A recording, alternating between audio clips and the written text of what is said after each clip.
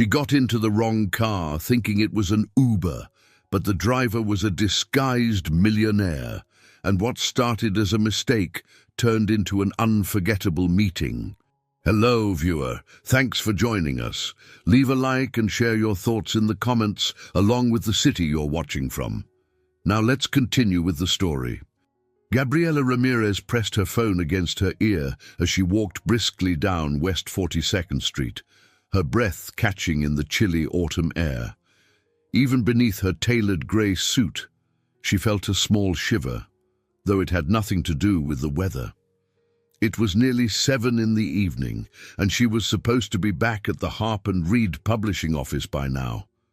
Her client, a notoriously picky biographer, was waiting, and Gabriela hated being late.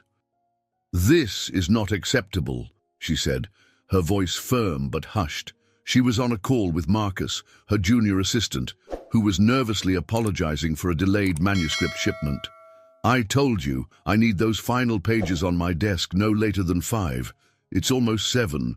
Marcus, in his early 20s and fresh out of college, sounded flustered. "I'm sorry, Ms. Ramirez. I tried to reach the author, but he hasn't responded to any of my emails." "I'll try again." "Thank you," she cut in politely, but with an edge of impatience. She hung up and tucked the phone into her purse.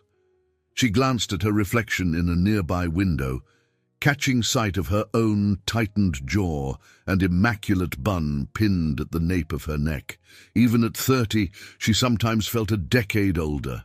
Her honey-brown eyes, usually keen and alert, showed faint fatigue tonight. The day had been unusually demanding.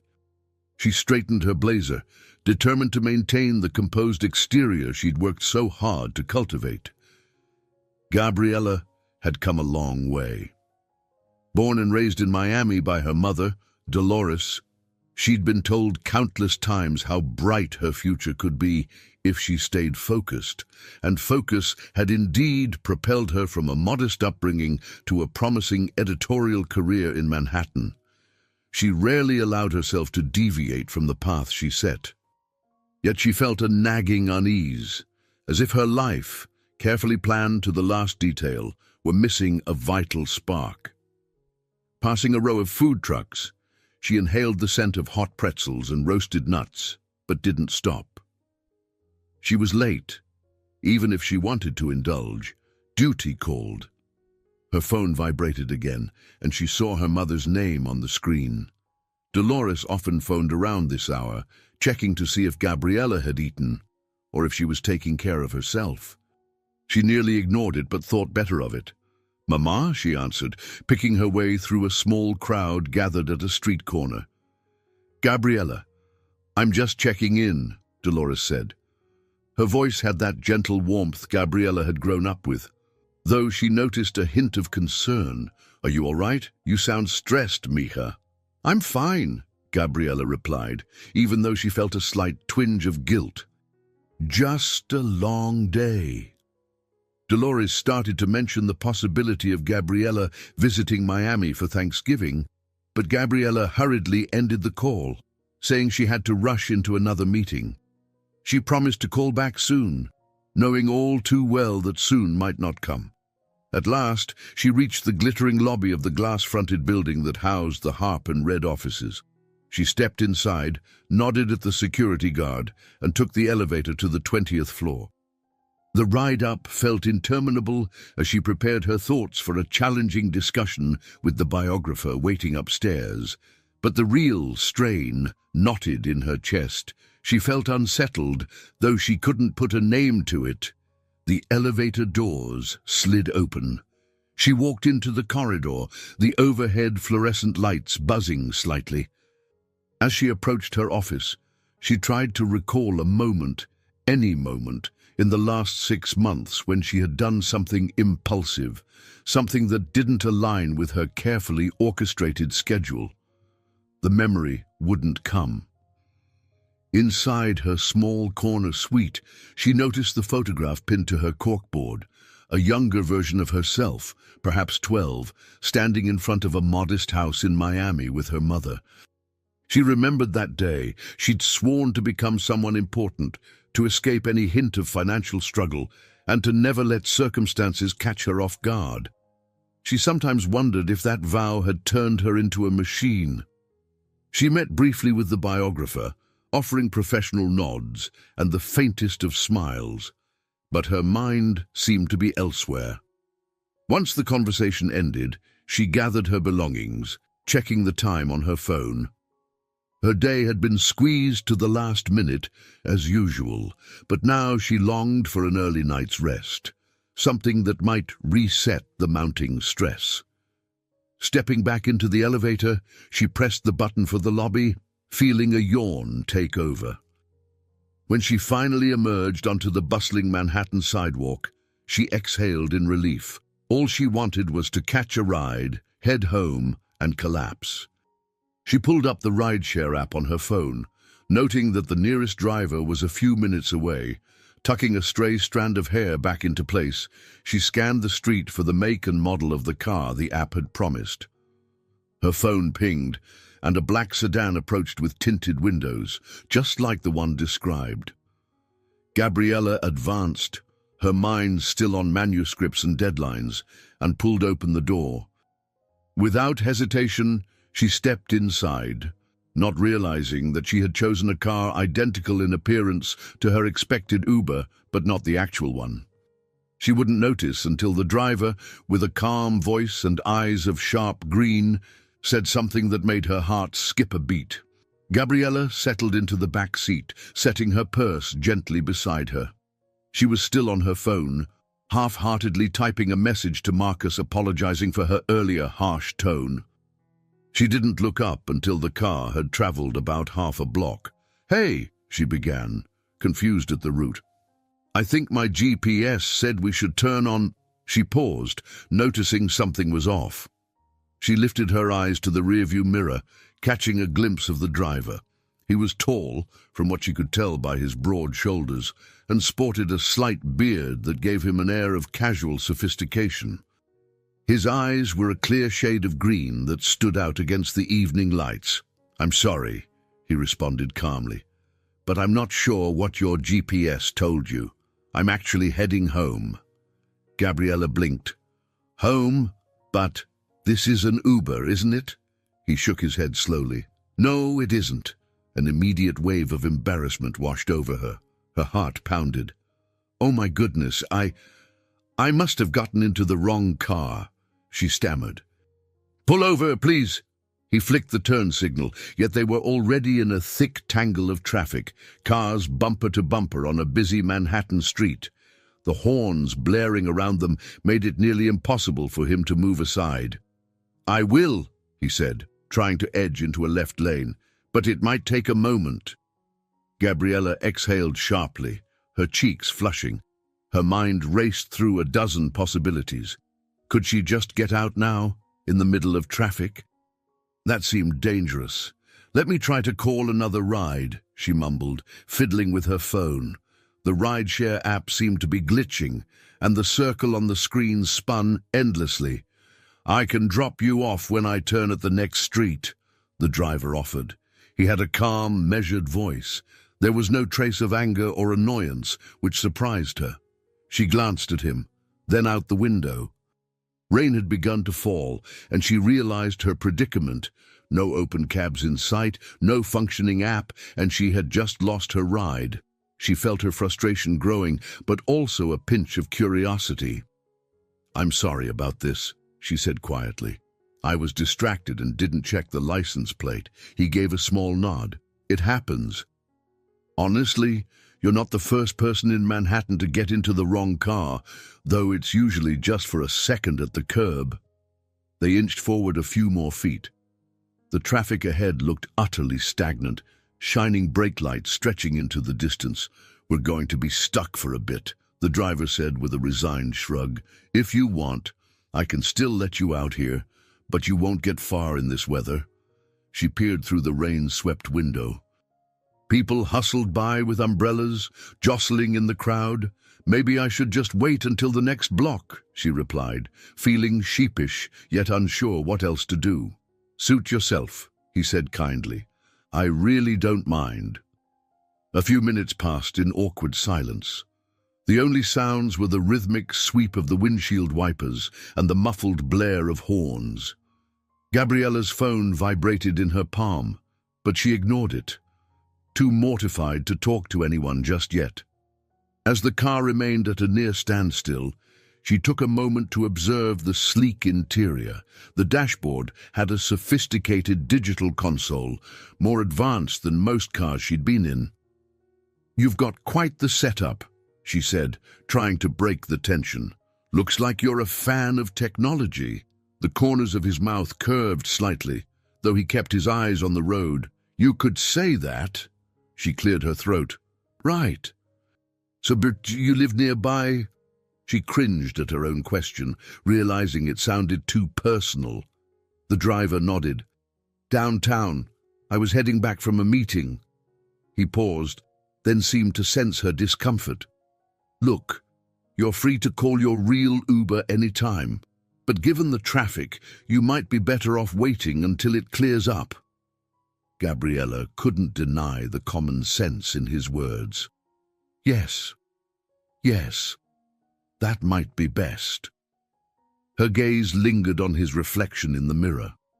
He seemed collected, not at all flustered by the strange situation. She found that curious, as most people would have shown some degree of annoyance.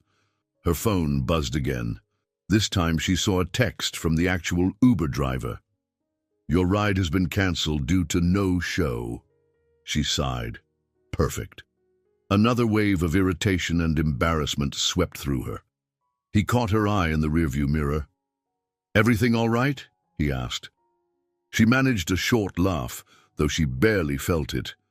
"I missed my real ride, and apparently they're gone." He nodded. "I can let you out on the next corner, if we ever reach it." His tone was gentle enough that she felt her guard lower a bit. "Thank you," she replied, trying to maintain some composure. I really appreciate your patience." They inched forward another few feet, still trapped by the sea of red taillights. The city lights reflected on the wet asphalt, creating a kaleidoscope of colors. Gabriella glanced at her phone, noticing it was nearly 8 now. She realized she had no easy way home. The car crept along at a snail's pace, leaving Gabriella with plenty of time to question her choices. She imagined stepping into the rain, trudging up the sidewalk in soaked heels, hailing a taxi in vain. A part of her was tempted to do just that if it meant escaping the awkward situation. But practicality won out, and she stayed put. "I'm Gabriella, by the way," she finally offered, forcing a polite smile. "Thanks for not throwing me out onto the pavement." He glanced her way. "Brian," he said simply, nodding in acknowledgement. "It's really no trouble." She busied herself by checking emails on her phone, pretending to read them carefully. In truth, she kept stealing glances at him. He was good-looking in a sharp, understated way. She couldn't imagine him as a random chauffeur or a typical office worker. Something about him seemed more poised, more self-assured. Her phone buzzed again. This time, it was Dolores calling. Gabriella hesitated, then answered, "Mama, I'm in the middle of something. Can I call you back?" Her voice came out tenser than she intended. Dolores's voice crackled. "I just wanted to hear your voice. You never call me first, you know." Gabriella stared at the raindrops sliding down the window. "I'm sorry, it's just work. Can we talk tomorrow?" She could almost hear her mother's sigh through the line. "All right, but don't overwork yourself. You know your health matters more than any deadline." "Yes, Mama." She ended the call with a weary note in her voice. Brian shot her a curious look through the rearview mirror. He said nothing, but Gabriella felt a stirring of vulnerability. She hated showing any sign of weakness around strangers. To distract herself, she cleared her throat. "So, Brian, do you do freelance driving?" She realized it was a silly question, even as she asked it. The interior of the car was far too luxurious for a typical rideshare setup. He shook his head, his lips curving into a faint, almost amused smile. Not exactly. Tonight was an exception. She frowned. An exception. He seemed to weigh his words. Let's say I had a meeting that ended early, and I decided to drive myself back rather than have my usual driver pick me up. His tone was polite, but there was a subtle distance. She got the impression that he was used to controlling information. That only piqued her curiosity further. I see, she said slowly, forcing herself not to pry. As they approached another intersection, the traffic halted yet again. The taxi in front of them honked in frustration, but nothing moved. Gabriella felt the tension mounting in her own chest. She was normally in command of her circumstances, or at least she made sure to appear that way. Now, she was in someone else's car, going nowhere. It was an unsettling feeling. She glanced at the digital clock on the dashboard, 8:15. She was reminded of a night long ago, back in Miami, waiting for her father to come home. He never arrived, and the next morning she learned he had left for good. The pang of that memory returned, unbidden. She had promised herself she would never again rely on anyone who could betray her trust. That vow had shaped her life. Brian slowed to a crawl behind the line of cars, letting the wipers rhythmically brush away the rain. Gabriella noticed a tension in his jaw now, as if the gridlock was finally testing his patience. "Look," she said, her voice quieter, "I appreciate you letting me stay until we find a better spot for me to get out. If it gets to the next block and it's still jammed, I'll just walk." He tilted his head. "In this weather." A shrug. "I've handled worse." She tried to make it sound dismissive, but her words held an edge of defiance. He paused, as though choosing his next words carefully.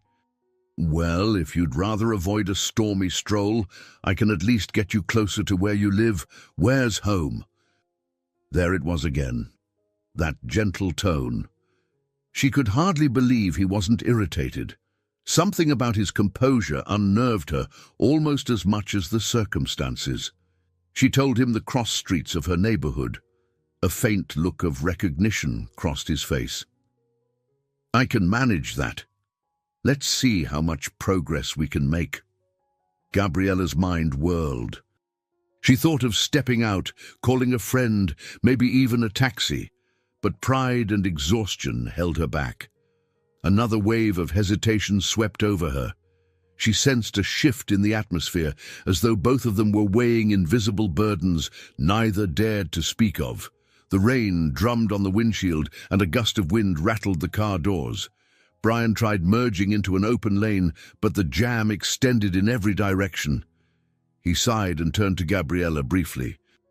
"Looks like we're stuck for a little while longer."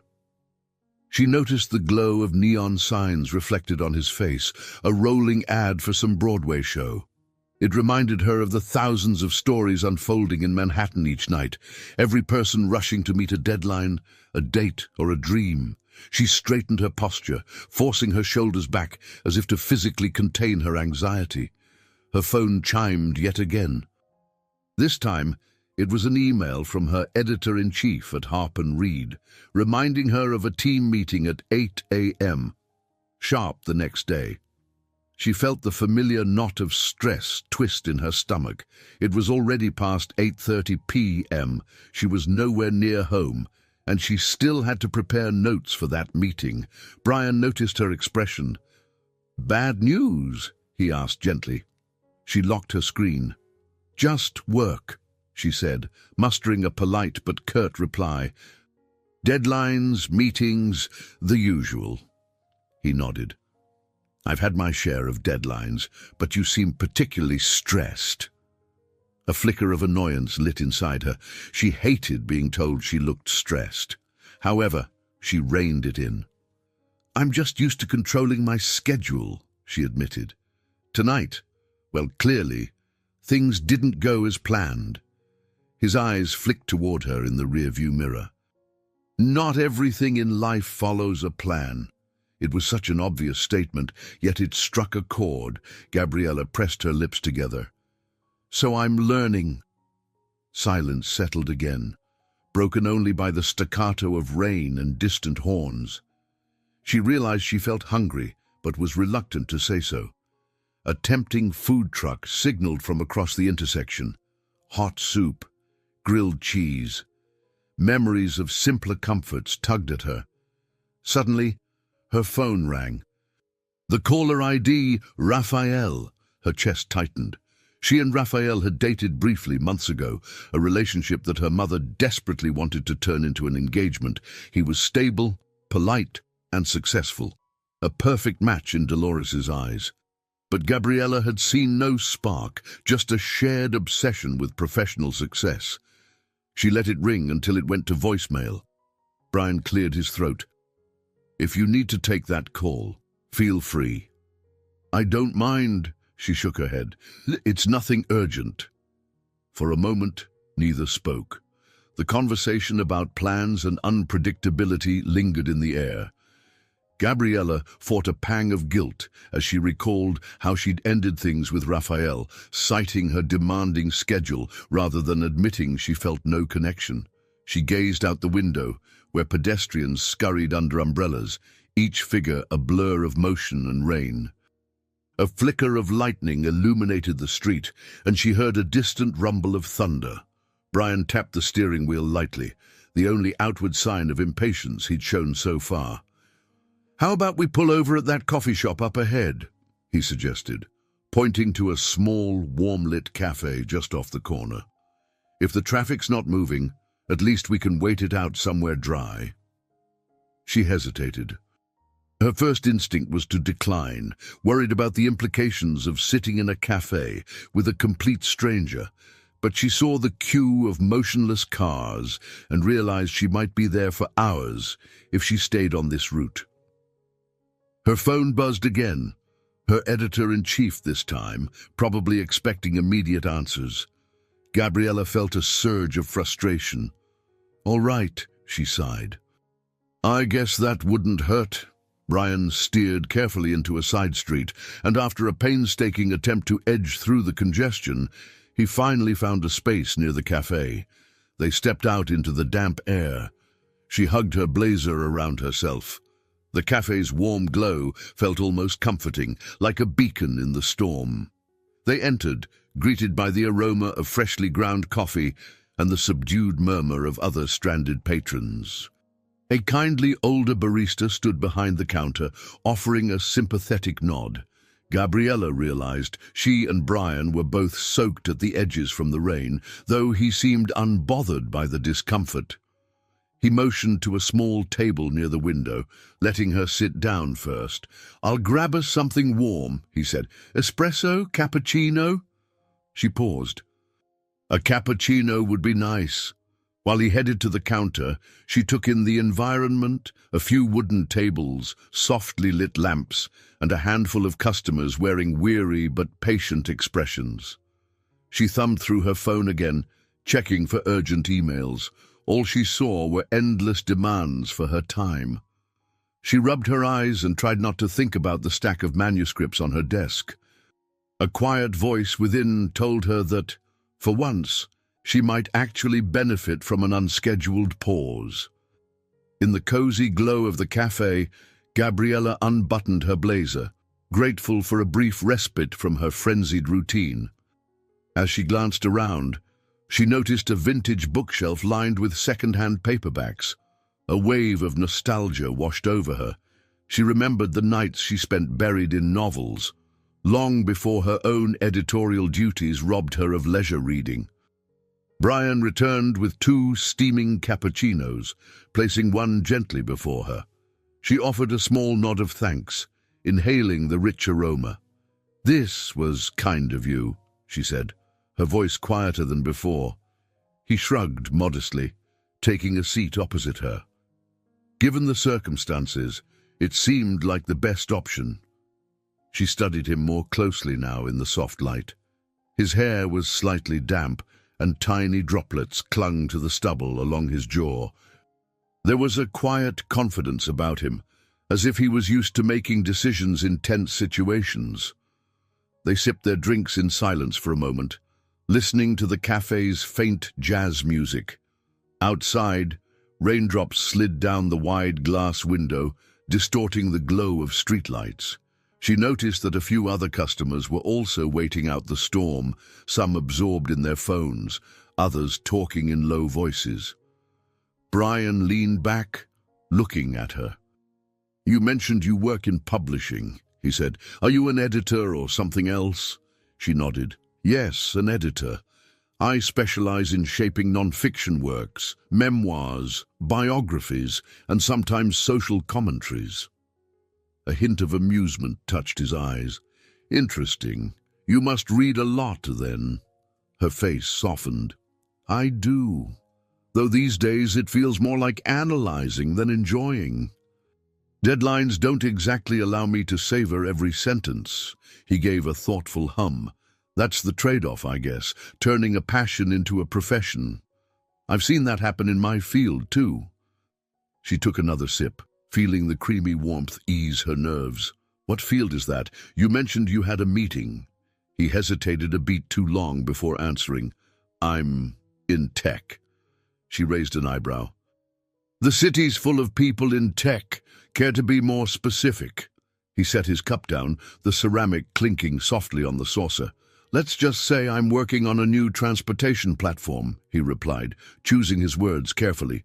"We're hoping it'll improve how people navigate crowded cities. There's a lot of competition, but we think we have a unique edge." Gabriella nodded slowly, intrigued despite herself. She'd written a few blog pieces criticizing certain rideshare companies for their lack of attention to driver safety and passenger data privacy, but she decided not to bring that up. "Sounds ambitious," she said instead. "It is," he agreed, his gaze drifting out the window.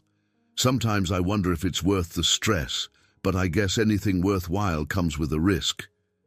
She could relate, though she didn't say so. Instead, she allowed a small smile. "Most of my life has been about managing risk. I hate surprises," he chuckled. "Then this entire evening must be a nightmare for you." There was warmth in his tone, and she found herself relaxing. "I wouldn't go that far, but yes, I like to keep my schedule neat. This was definitely not on the agenda." They fell silent again, and the cafe's jazz track switched to a softer, lilting melody. A kind-faced older woman behind the counter glanced at them, smiling as if she recognized a moment of calm in their posture.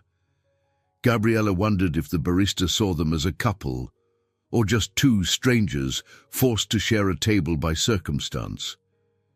Glancing at her phone, Gabriella noticed the storm warning flashing across the screen. "It says the rain should ease in about an hour," she murmured. "Guess we're stranded until then." Brian didn't appear troubled by it. "Could be worse." His casual demeanor almost made her envious. She lived her life in perpetual motion, always chasing time, never pausing to let it catch up. She took a final sip of her cappuccino, savoring the last bit of foam. "So," she ventured, "after this rain lets up, will you just drive home?" He shrugged. "Likely, unless you need that ride." She hesitated, her mind flicking between acceptance and self-preservation. Asking him for a ride felt like stepping past some invisible line, but then again, her app still malfunctioned, and the cabs were scarce in such a downpour. "I might take you up on it," she said, voice low. He nodded, and she thought she saw a faint gleam of satisfaction in his eyes. Perhaps he was just being polite, or maybe he genuinely welcomed her company. She couldn't quite tell. Outside, a fresh roll of thunder rumbled through the sky. Gabriella watched the lightning illuminate the wet streets, her stomach twisting with anticipation. Everything about this night felt like a nudge towards something unplanned, something that might shake the careful scaffolding of her life. She tried to ignore the swirl of emotions rising in her chest, reminding herself that in a few hours she'd be home, safe in her apartment, with only the memory of this unusual encounter.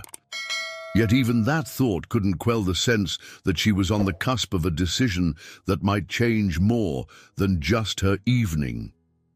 Gabriella woke the next morning to the shrill insistence of her alarm. She rolled over, silenced it with a tap, and stared at the ceiling for a moment. The memory of the previous night returned, stepping into the wrong car, meeting Brian, and sharing that unexpected coffee break.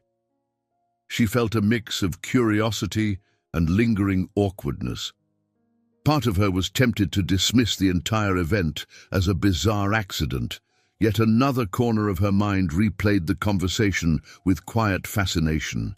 She dressed quickly, choosing a charcoal pencil skirt and a cream-colored blouse, then pinned her hair into its usual impeccable bun. Before heading out, she glanced at her phone to see if any messages had come in. Nothing from Brian, of course. She realized she didn't even have his contact information. Instead, she had a string of emails from Harp and Reed, mostly updates on new manuscript queries and the day's meeting schedule. On her way to the office, she decided to stop by a small cafe near Bryant Park for a change of pace. The line was short, and while waiting, she heard a familiar voice calling her name. Turning, she spotted Eleanor Clark, a senior editor in her mid-50s who was both colleague and a kind of guide whenever Gabriella needed perspective. Eleanor wore a bright red scarf over her simple black dress, her silver hair styled in a neat bob. "Gabriella, dear," Eleanor said, stepping out of line to greet her with a gentle hug. "I was just thinking about you. My sixth sense must have kicked in." Gabriella offered a polite smile. "It's good to see you. I was actually hoping we could chat. I had a strange night." Eleanor's brow arched with curiosity.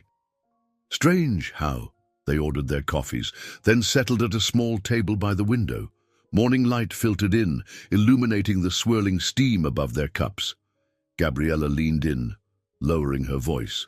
She recapped how she ended up in the wrong car, meeting a man named Brian, who claimed to be involved in a new tech venture. She admitted she felt oddly drawn to the entire scenario, yet she couldn't shake her discomfort at having stepped off her usual path.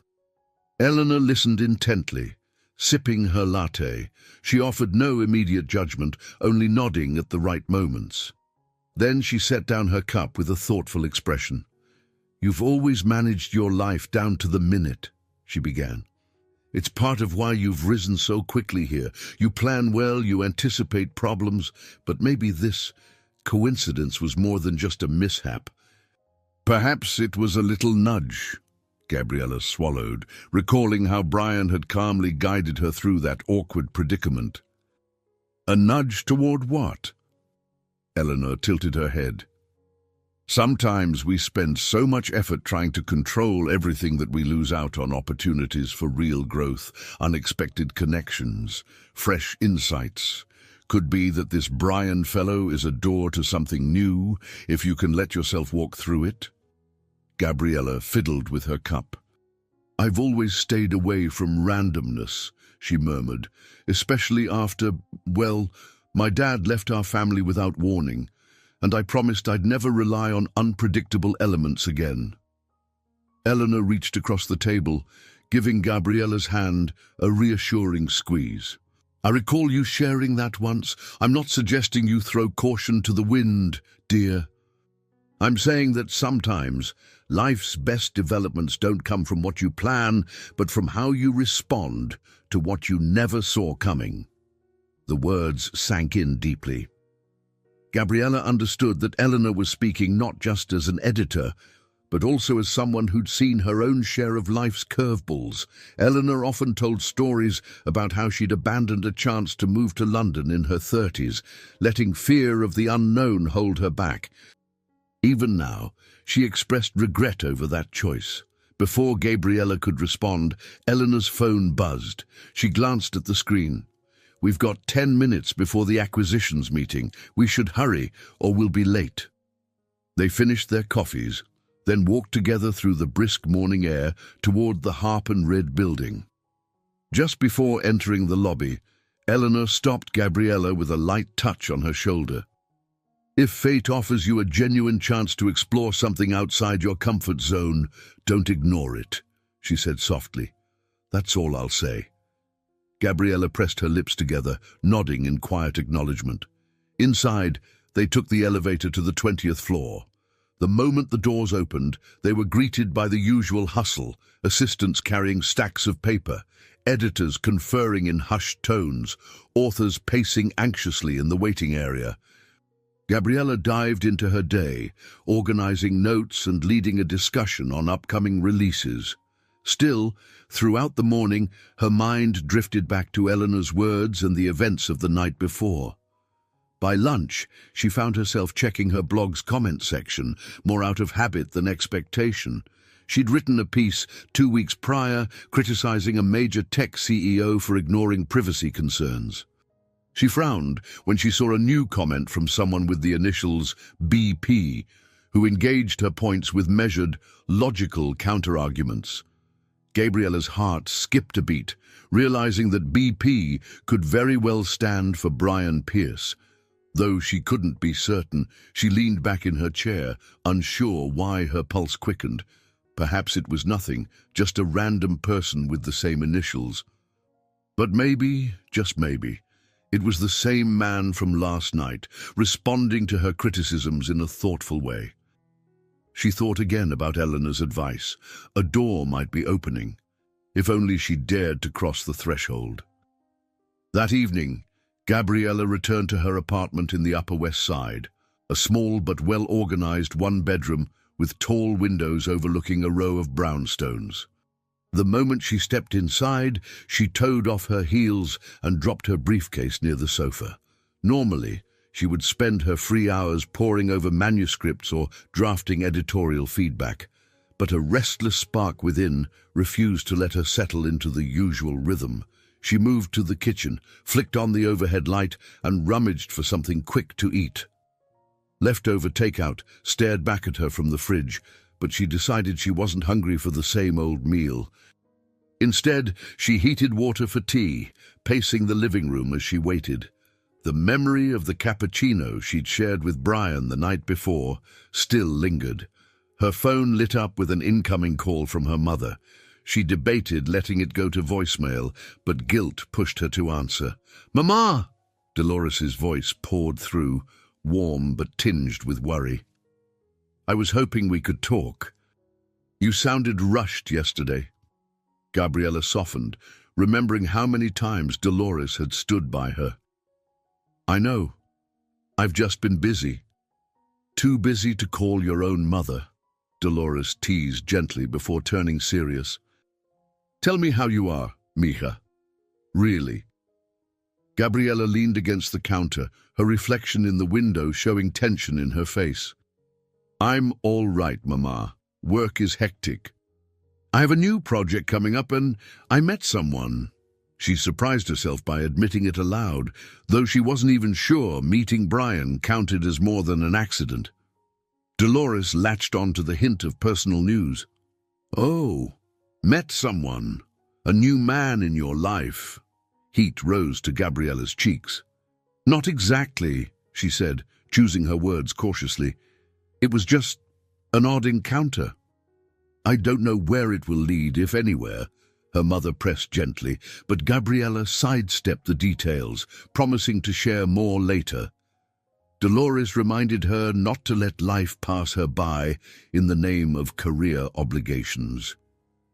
After they hung up, Gabriella stood in silence, staring at the phone. It seemed everyone around her, Eleanor, Dolores, sensed she needed a change, even if she resisted it. She clicked open her laptop, intending to review a manuscript, but her fingers drifted to the blog site instead. She scrolled to the comments section and found the conversation with BP still fresh. Something about his tone reminded her of Brian's calm, measured way of speaking. She reread his arguments, noticing they were free of the usual online hostility. He posed thoughtful questions, challenging her stance about large tech corporations. On impulse, she drafted a reply. "I see your point about innovation and ethical responsibility. Perhaps I was too quick to judge from the outside. I'd be interested to learn more about how your company addresses these concerns." Her heart thumped as she hit send. This was unlike her. She normally stuck by every word she wrote, rarely budging an inch in online debates. Now, she was essentially inviting a deeper discussion. Maybe it was foolish, but a voice in her mind whispered about stepping outside the rigid lines she'd drawn. After a restless hour of skimming editorial tasks, she closed her laptop. The clock read 9 p.m. She stared at her neatly arranged bookshelf, everything in alphabetical order by author surname. She'd maintained that system since college, a testament to her meticulous nature. But tonight, the structure of her life felt claustrophobic. Acting on an impulse she couldn't fully explain, she opened the rideshare app on her phone, typed in Pierce Tech as a destination, and stared at it. She'd read about the company in passing, an emerging star in the tech world, rumored to be developing cutting-edge transportation software. She hesitated, not even sure they'd be open at this hour. Finally, she turned off her phone, the adrenaline surge fading. She sank onto the couch, rubbing her temples. Brian had said something about a meeting and wanting to drive himself. The more she thought about it, the more she suspected he was no ordinary entrepreneur. If the man behind BP was indeed Brian Pierce, the same CEO she'd once criticized for privacy oversights, then she was stepping into murky territory. Yet another side of her wrestled with the possibility that this was an opportunity. She could see for herself if there was truth behind his vision. She might even discover a chance to write a piece that went beyond her usual editorial boundaries. She glanced around the orderly confines of her apartment. Taking a risk wasn't her style. It never had been. But the plan she'd so carefully crafted for her life, one without big emotional gambles, suddenly felt incomplete. She told herself she would give it some time, maybe a day or two, to think it over. 2 days later, Gabriella found herself standing outside a sleek, glass-walled building in Lower Manhattan. The facade reflected the cloudy sky, and the modern architecture stood in stark contrast to the older brick structures nearby.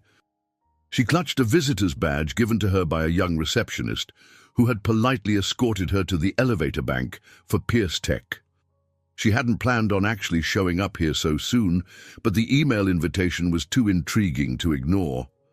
It arrived that morning from info.piercetech.com, inviting her to a private demonstration of a new transportation platform. The message referenced her invaluable editorial insights and offered a discreet preview of something that could reshape urban mobility. She couldn't help but suspect that Brian was behind the invitation. The security guard at the entrance gave her a once-over before waving her through.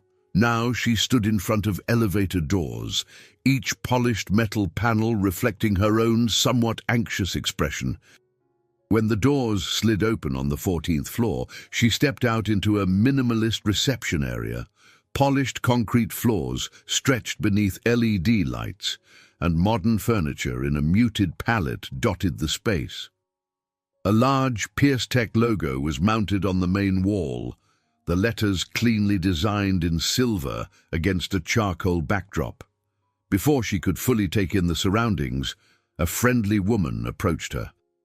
She was in her mid-30s, with short, stylishly cropped hair and a determined set to her jaw. "You must be Gabriella Ramirez," she said, extending her hand. "Welcome to Pierce Tech. I'm Rachel Anderson, the lead engineer on our new mobility project." Gabriella shook her hand, noting the firm grip and warm demeanor. "It's nice to meet you," she replied, adjusting the strap of her purse nervously. "I wasn't entirely sure what to expect," Rachel smiled, gesturing for her to follow down a hallway. "We value privacy here, so we sent out a select few invitations. Brian said you'd likely have valuable feedback on how to present our platform to the media. At the mention of Brian's name, Gabriella felt her pulse quicken. She nodded, trying to remain composed. I'm curious to see what you're working on. They passed a row of glass-walled conference rooms, each occupied by small teams huddled around laptops and whiteboards. The atmosphere felt charged with focused energy, quite different from the hush of editorial offices. A faint hum of electronics underlined the air, as if the entire floor buzzed with possibilities. Rachel led her into a lab space lined with workstations. Monitors displayed interface designs, coding windows, and test maps of major city grids. A few developers typed away, barely glancing up, engrossed in their tasks. In the center of the room sat a sleek model of a dashboard console, reminiscent of a futuristic car interior. We're building an advanced ride-share system, Rachel explained, placing a hand on the console's curved surface. But more than that, it's an entire framework for safer and more efficient urban travel. We want to integrate electric vehicles, AI routing, and transparent driver-passenger data policies to alleviate congestion and reduce carbon emissions. Gabriella listened carefully, nodding. I've written about these issues, she said. Most of my critiques center on companies ignoring consumer privacy or cutting corners in driver training. Rachel's eyes sparkled with determination. Exactly. That's where we hope to set ourselves apart. We've dedicated a big chunk of resources to encryption, data protection, and real-time safety checks. As Gabriella took in the sheer scope of the project, she heard footsteps approaching. She turned to see Brian stepping into the lab. He wore a navy blazer over a casual dress shirt, and a hint of surprise flashed across his features when their eyes met, though his composure quickly returned. You made it, he said in a warm tone, offering her a measured smile. I wasn't sure you would accept the invitation. She swallowed the spike of nerves. The demonstration intrigued me. I wanted to see what all the fuss is about. A flicker of amusement crossed his face as he gestured toward the console. Rachel here is the mastermind behind the coding and structure. I'm more on the vision side, making sure we're pushing boundaries in the right way. Rachel laughed softly. He's being modest, she said to Gabriella. He's done more debugging than most CEOs I know. Gabriella considered the interplay between them. There was clear, mutual respect, a camaraderie that suggested they worked well together.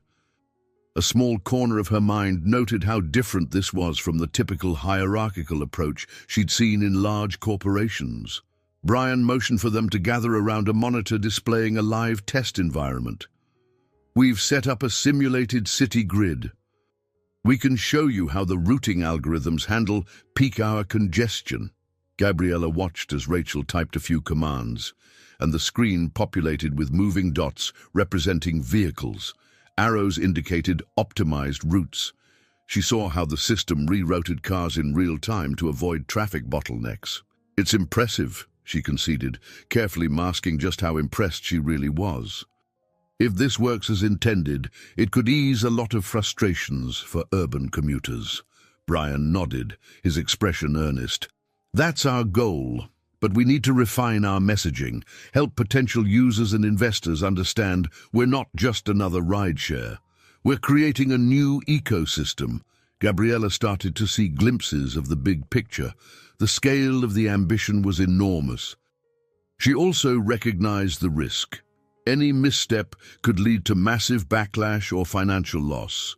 It was the kind of high-stakes endeavor she'd usually criticize if corners were cut. Yet nothing here suggested corner cutting. If anything, the company seemed overly committed to transparency. She reminded herself of her role. She wasn't here to be dazzled. She was here to evaluate whether Brian's project was as genuine as it seemed. Rachel left them to speak with a technician, and Brian guided Gabriella to a nearby lounge area for coffee, giving them a moment away from the bustle of the lab. Brian poured 2 cups of coffee from a sleek machine in the lounge corner. The space, though minimalistic, offered comfortable seating and a tranquil view through floor-to-ceiling windows. Late afternoon light cast a warm glow over the cityscape, dulling the sharp angles of distant skyscrapers. Gabriella settled into a chair, taking the coffee he handed her with a nod of thanks. She inhaled the aroma before speaking. "I didn't realize your operation was this extensive," she admitted. I assumed you were just another tech executive touting big ideas." He paused a moment, choosing his words. "I get that a lot. But we've spent years on research and prototypes. I've poured most of my resources into it. Makes me something of a fanatic, I suppose." She studied his face. There was a subtle tension in his jaw, as though an undercurrent of pressure lingered beneath his calm exterior. "A fanatic, maybe, but you seem motivated by more than money. Otherwise, you wouldn't invest so heavily in data privacy or the environment," he shrugged. "I've seen how corners get cut. That's not a legacy I want to leave." They shared a quiet moment, sipping coffee, while the sounds of distant conversation filtered in from the lab. Gabriella caught herself remembering the night they met. How strange it had been to sit in the back of his car, thinking he was just a random driver. Now she was in his domain, surrounded by a team that clearly respected him. She shifted in her seat. "I appreciate that you invited me here. It shows you're willing to be transparent, at least to some degree." He set his coffee down. "I read your blog posts more carefully after that night," he confessed. "You raise valid concerns, some that our industry tends to ignore. Figured maybe we could use a bit of that critical eye." Her brow furrowed slightly. "I am critical," she said, not wanting him to think she'd give his company a free pass just because of some personal connection. "If I find anything that contradicts your claims, I'll say so." A faint smile tugged at the corner of his mouth. "Good. I'd be disappointed if you didn't." Just then, Rachel peeked into the lounge, gesturing for Brian to come over. "We have that conference call with the user interface team in 10 minutes, she reminded him. Then to Gabriella, she added, "Feel free to explore the floor. Our VR station might interest you. Walk around, see how the app looks from a driver's perspective." Once they were alone again, Brian rose. "I have to jump on that call, but please make yourself at home. If you need anything, just ask." Gabriella nodded, watching him leave with Rachel. She finished her coffee and set the cup aside. Standing, she wandered down a hallway lined with big screens displaying rotating data visualizations. At the end, she discovered a room where a small sign read "Driver Experience Simulation." Inside, she found a VR headset on a table next to a simulation rig that resembled a car dashboard. Intrigued, she slipped on the headset and a cityscape materialized before her eyes in vivid detail. She experimented with the controls, noticing how the system provided real-time signals about traffic flow, passenger details, and environmental data. She felt a jolt of excitement. This was more than a gadget. If properly implemented, it could fundamentally shift how rideshare drivers navigate and respond to city congestion. She spent a few minutes testing routes, scanning passenger requests, and even toggling safety features that alerted the driver if something was amiss. When she removed the headset, she noticed Neil Carter, introduced briefly as the marketing lead, standing by the doorway.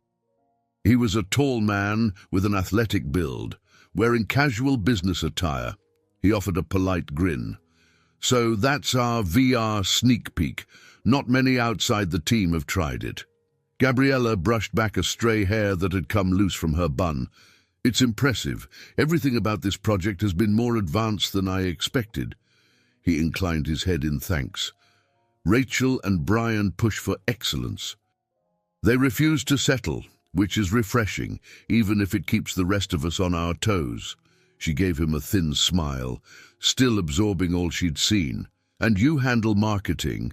That must be a challenge, balancing the idealistic side with what the public wants to hear." "Exactly," he replied. "We can't just say, we're revolutionizing ride shares. People roll their eyes at buzzwords. We need to show tangible benefits like safer routes, less congestion, reduced carbon footprint, stuff that truly matters. Gabriella nodded in agreement, remembering her own blog critiques about empty corporate promises. That's a tall order, but I can see the substance behind it. They strolled back into the corridor, passing clusters of desks where programmers chatted about code. Neil glanced at her. I heard you're an editor. Guess that means you're used to spotting holes in a story. If you notice any holes here, I'm sure Brian would want to know. She managed a wry smile. Trust me, I'll be looking. Neil laughed good-naturedly. Figured you would. He excused himself to return to a meeting. Alone again, Gabriella found her thoughts racing. She had come expecting to find either corporate spin or half-baked ideas. Instead, she discovered a focused team, innovative technology, and a sense of genuine purpose. It was a world far removed from her daily editing tasks, yet it resonated with her more than she cared to admit. She checked her watch, realizing she'd spent nearly an hour exploring. Before she left, she glimpsed Brian through a glass partition, locked in conversation with Rachel and two other team members. He caught sight of her, raising a hand in a small wave. She nodded back. Despite the glass between them, she felt an odd sense of closeness. Early the next morning, Gabriella was at her desk at Harp and Reed, reviewing a manuscript about urban planning. The author wrote passionately about city congestion, painting a grim picture of pollution and overstressed public transport systems. As she made notes in the margins, her thoughts drifted to PierceTech's proposed solution. She wondered how the author would react to such technology, whether it might align or clash with his vision for more walkable cities. She found herself drafting an email to him, suggesting he explore new tech initiatives as part of his research. It was a small, almost subconscious step, linking her professional work to what she'd seen at PierceTech. Later that afternoon, she received a call from Eleanor, who was out of the office on a book scouting trip. Any breakthroughs in your life, Gabriella? She teased lightly. Gabriella leaned back in her chair. Well, I visited that tech company, she confided. They're building something far more substantial than I expected. Eleanor sounded pleased. That's good to hear. You know, I always say that new perspectives can help us grow, personally and professionally. After the call, Gabriella responded to a message from BP, who'd left another comment on her blog. His remarks were measured, even scholarly, critiquing certain oversights in the rideshare industry and advocating for stronger consumer protections. She found herself looking forward to his posts. Though he never explicitly confirmed his identity, she felt sure it was Brian. Her day passed in a blur of meetings and editorial reviews. By late afternoon, she was surprised by a text from Rachel inviting her to join a small PierceTech gathering that evening. Just a casual dinner with some of the dev team, Rachel wrote.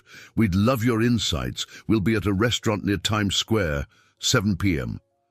Gabriella hesitated before replying. Part of her balked at socializing with people she barely knew, especially after hours, but another side recalled how energized she felt exploring the PierceTech offices. Her curiosity about Brian, too, simmered in the back of her mind. She typed out, "Count me in." Thank you for the invitation. That evening, she arrived at a modest Italian eatery, La Piazza, where the lively chatter of patrons and the scent of garlic and tomato sauce greeted her at the door. She spotted Rachel seated at a round table with Neil and two other individuals, Haruka, a data analyst, and Jonas, a UX designer. Brian was notably absent. Rachel waved her over. "Welcome. Hope you're ready for some good food." "We practically live on takeout most days." Gabriella slipped into the empty chair. "Smells amazing," she said, accepting a menu. She introduced herself to Haruka, a reserved woman with quick, observant eyes, and Jonas, a lanky man in his late 20s who wore wire-rimmed glasses and an eager grin. The conversation flowed easily. They talked about the day's coding triumphs, design challenges, and the unstoppable march of new feature requests. Despite the complexity of their work, they conveyed passion and camaraderie. Over plates of pasta and fresh bread, they asked Gabriella about her editorial world, about how she shaped narratives and guided authors to refine their message. Neil raised his glass of water. We're all storytellers in a way, right? We shape how people perceive technology. Gabriella shapes how readers perceive an author's message. The synergy seems obvious. Gabriella smiled at the thought. She was surprised by how comfortable she felt among these people. Typically, she maintained a certain professional distance at corporate dinners, but the atmosphere here was warm, almost familial.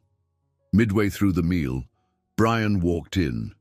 He offered a brief smile of apology for being late and took the remaining seat next to Gabriella.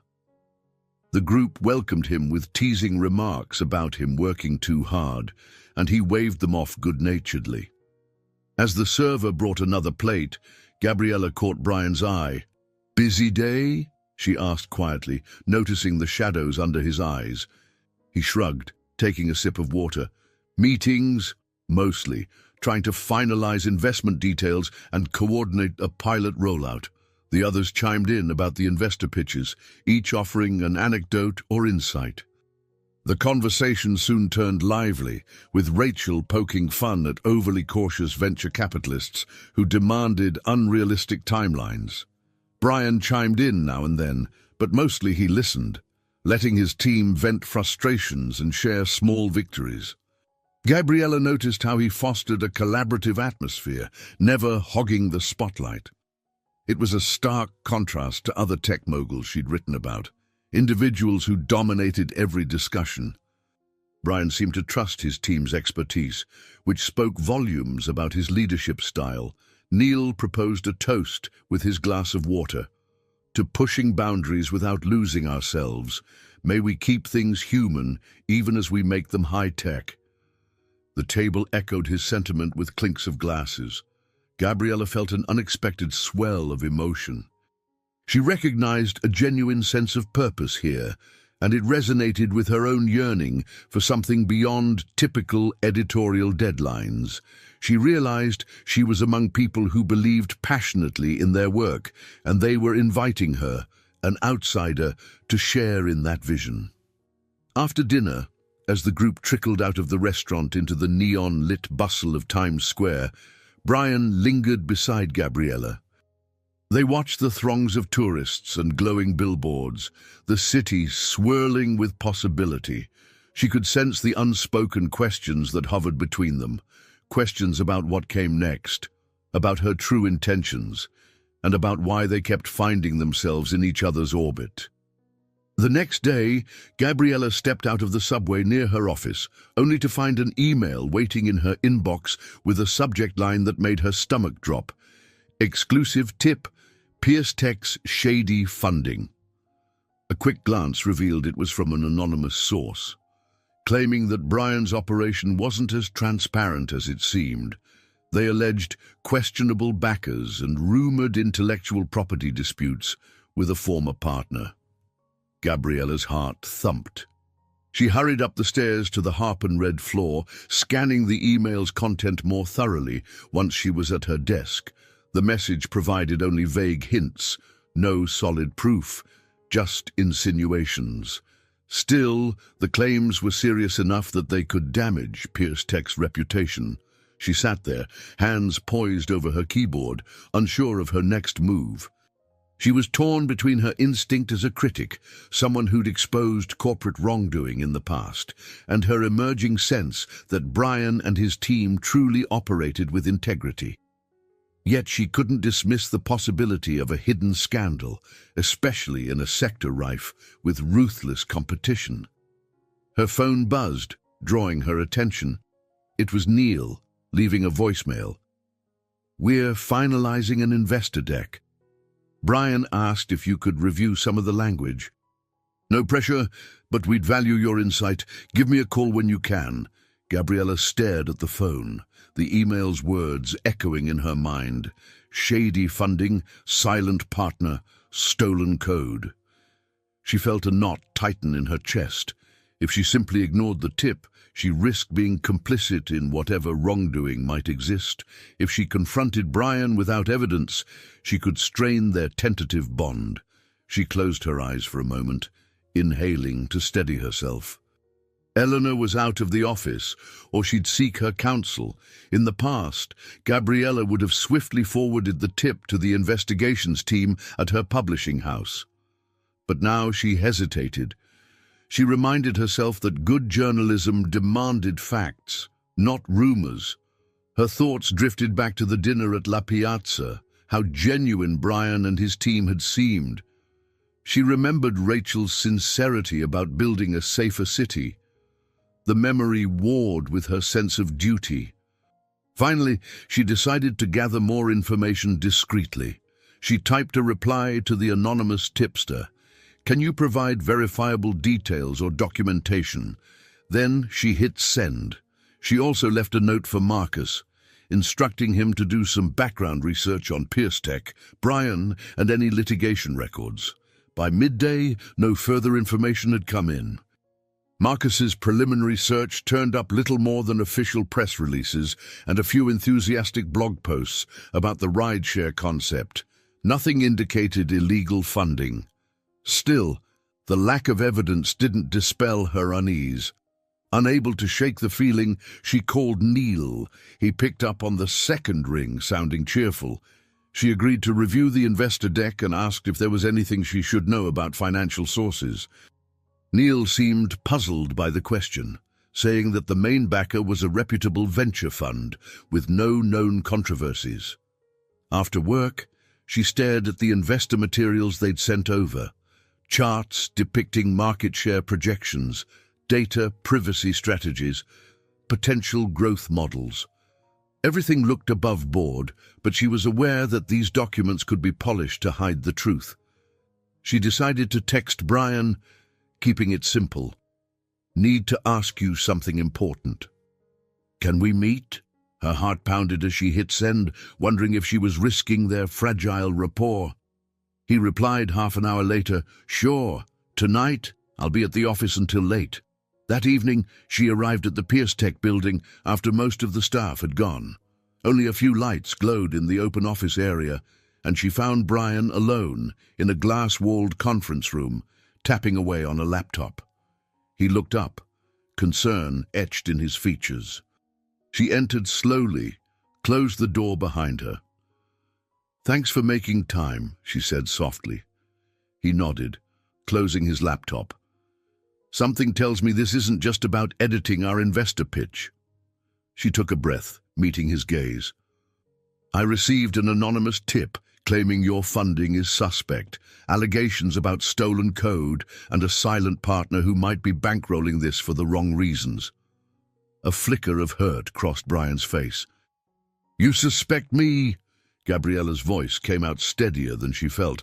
"I don't know what to think. I'm trying to verify facts. If there's something I need to know, I'd rather hear it from you."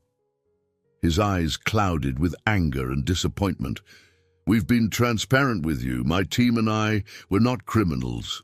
She didn't step back, though his frustration radiated in the small room. "I'm not accusing you, but I can't ignore it either." They stood there, tension thrumming between them. She had taken a step into a confrontation she'd hoped wouldn't be necessary. Her mind raced with conflicting emotions, loyalty, skepticism, empathy, fear. As the silence drew out, she realized that whether or not the tip was real, this moment would test whatever trust they'd begun to build. Gabriella leaned against the long conference table at PierceTech, her arms folded over a neat blazer, as Brian and Rachel ran through a list of upcoming milestones. The air felt charged, each person contributing ideas to address issues raised in recent team meetings. Neil stood at the whiteboard, sketching out potential marketing angles for the platform's beta launch. Just days had passed since Gabriella confronted Brian about the anonymous tip, and the tension between them was still palpable. Yet there they were, working side by side to tackle the next phase. Gabriella's investigations, combined with information from Marcus and her own gut feelings, led her to believe that the claims of shady funding were unfounded. Whoever had sent that tip appeared to have a personal vendetta or was trying to sabotage PierceTech's credibility. She noticed Brian occasionally glance her way, as if searching for reassurance that she no longer doubted him. She gave him a small nod, which he returned before diving into the next bullet point on the projector screen. Rachel turned from her laptop, pushing her glasses up. "We have a pilot test scheduled in 2 weeks. We'll need volunteer drivers in Manhattan to use the app in real time. That means ensuring the route optimization works, but also that the user interface is clear." Neil drew a quick diagram. "We already have a short list of drivers from a local association. The challenge is that many are used to other rideshare apps. They'll need incentives to try ours, especially if it's still in beta." Gabriella tapped her pen thoughtfully on the table. "You could highlight the safety features and the reduced commission. Drivers might be interested in a system that treats them fairly." Rachel nodded. "That's the plan. We'll run a mini campaign on social media, focusing on word of mouth among professional drivers." Gabriella felt a current of excitement ripple through her. Each day in this environment posed a new test, but also a sense of shared purpose. She'd never been so closely involved in a tech initiative before, yet it felt oddly similar to shaping a book manuscript, refining the rough edges, clarifying the message, making sure the final product resonated with its audience. The meeting wrapped up and the group dispersed. Brian lingered, gathering papers from the table. Gabriella hesitated, then approached him. "I wanted to thank you for your patience, especially after I confronted you with those allegations." "Drazzi, I just had to be sure." He glanced at her, his expression a mix of relief and lingering hurt. "I get it. You're cautious. So am I. Just remember we're on the same side." She nodded, swallowing the guilt that still flickered in her chest. "I know. I'm trying to be more open-minded." Outside the conference room, the hum of activity was intense. Developers huddled over laptops, while a group from the design team debated font sizes and color palettes. The tension from earlier days remained, but there was fresh momentum. Everything felt like a series of stepping stones leading to the pilot launch. Gabriella spent part of the afternoon interviewing a few potential drivers. She asked them about their experiences, what they hoped to see improved in rideshare apps, and how they felt about data privacy. One driver, a middle-aged woman named Rebecca, shared stories of late-night rides and safety concerns. Gabriella took careful notes, promising to relay the insights to Rachel's team. After finishing the interviews, Gabriella settled into a temporary workstation in a corner of the office. She revised sections of the marketing brief, adding language that underscored not just reliability, but also empathy, highlighting that this platform aimed to protect both passengers and drivers. She found herself unexpectedly proud of how the messaging was shaping up. Mid-evening, she realized she'd been at PierceTech longer than planned. She should have returned to Harp and Red to finalize an editorial proposal for an author. Sighing, she logged off the PierceTech network and headed for the elevator. In the lobby, she ran into Rachel, who was leaving at the same time. "Long day?" Rachel asked, offering a tired smile. Gabriella laughed softly. "Seems like it's always a long day here." They exited onto the street, where the lights of Manhattan glowed against the twilight sky. Rachel glanced at her phone. "I'm grabbing a quick bite if you want to join, unless you have plans." Gabriella hesitated. Ordinarily, she would have rushed home to catch up on reading manuscripts. But she nodded. "Sure, that sounds nice." They found a small noodle shop around the corner, tucked between a florist and a convenience store. The shop had bright red lanterns and limited seating, but the savory steam drifting through the door was impossible to resist. Once inside, they each ordered a bowl of miso ramen and sat at a cramped table. Between spoonfuls, Rachel spoke about her own journey, growing up in a working-class neighborhood, discovering a passion for coding in a local summer program, and eventually earning a scholarship to a top university. "I always felt like I had to prove something," she said, swirling noodles in her bowl, "especially being a woman in tech. It's better these days, but there's still plenty of bias. Brian's always had my back, though. He's one of the few who never questioned my ability." Gabriella listened, intrigued by how Rachel's story paralleled her own in some ways. She'd fought an uphill battle to climb the editorial ladder, facing doubts about whether a Latina from a modest background could thrive in publishing's upper echelons. Yet, here she was. They finished their meal, stepping back outside to the swirl of city lights. Gabriella parted ways with Rachel, feeling a small surge of hope. She sensed that while the pilot launch loomed like a looming exam, the team had begun to conquer small challenges every day: technical kinks, branding uncertainties, and trust issues. That night, back in her apartment, she curled up on her sofa with a handful of documents about the pilot program, determined to add her editorial skills where needed. She realized that with each little success, whether refining language in a brief or confirming a driver's participation, she was learning the art of stepping out of her comfort zone.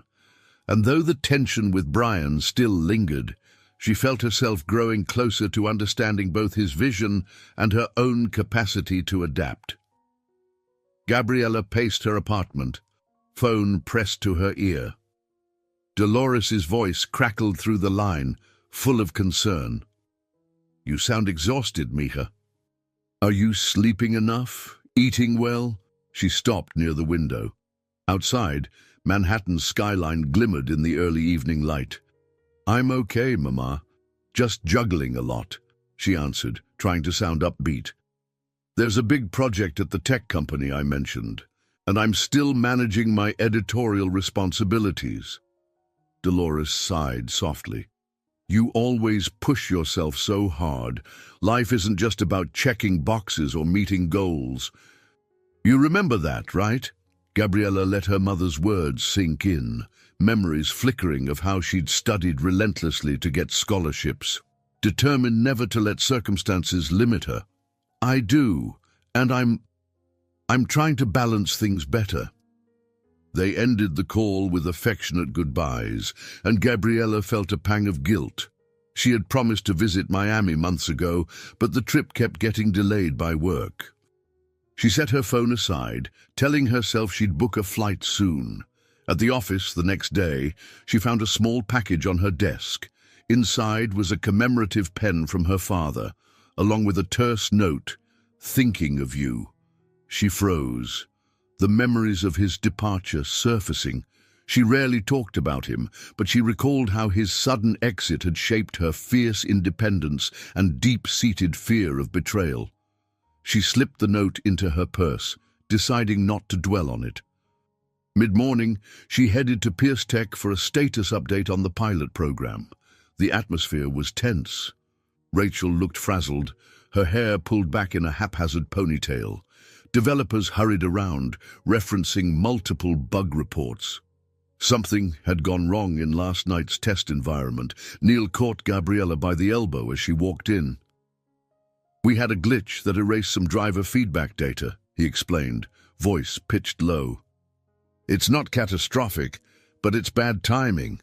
We need that data to refine the interface before the pilot." She offered a concerned nod. "Can I help?" He led her to a conference room where Brian, Rachel, and a few others were poring over code on a projector screen.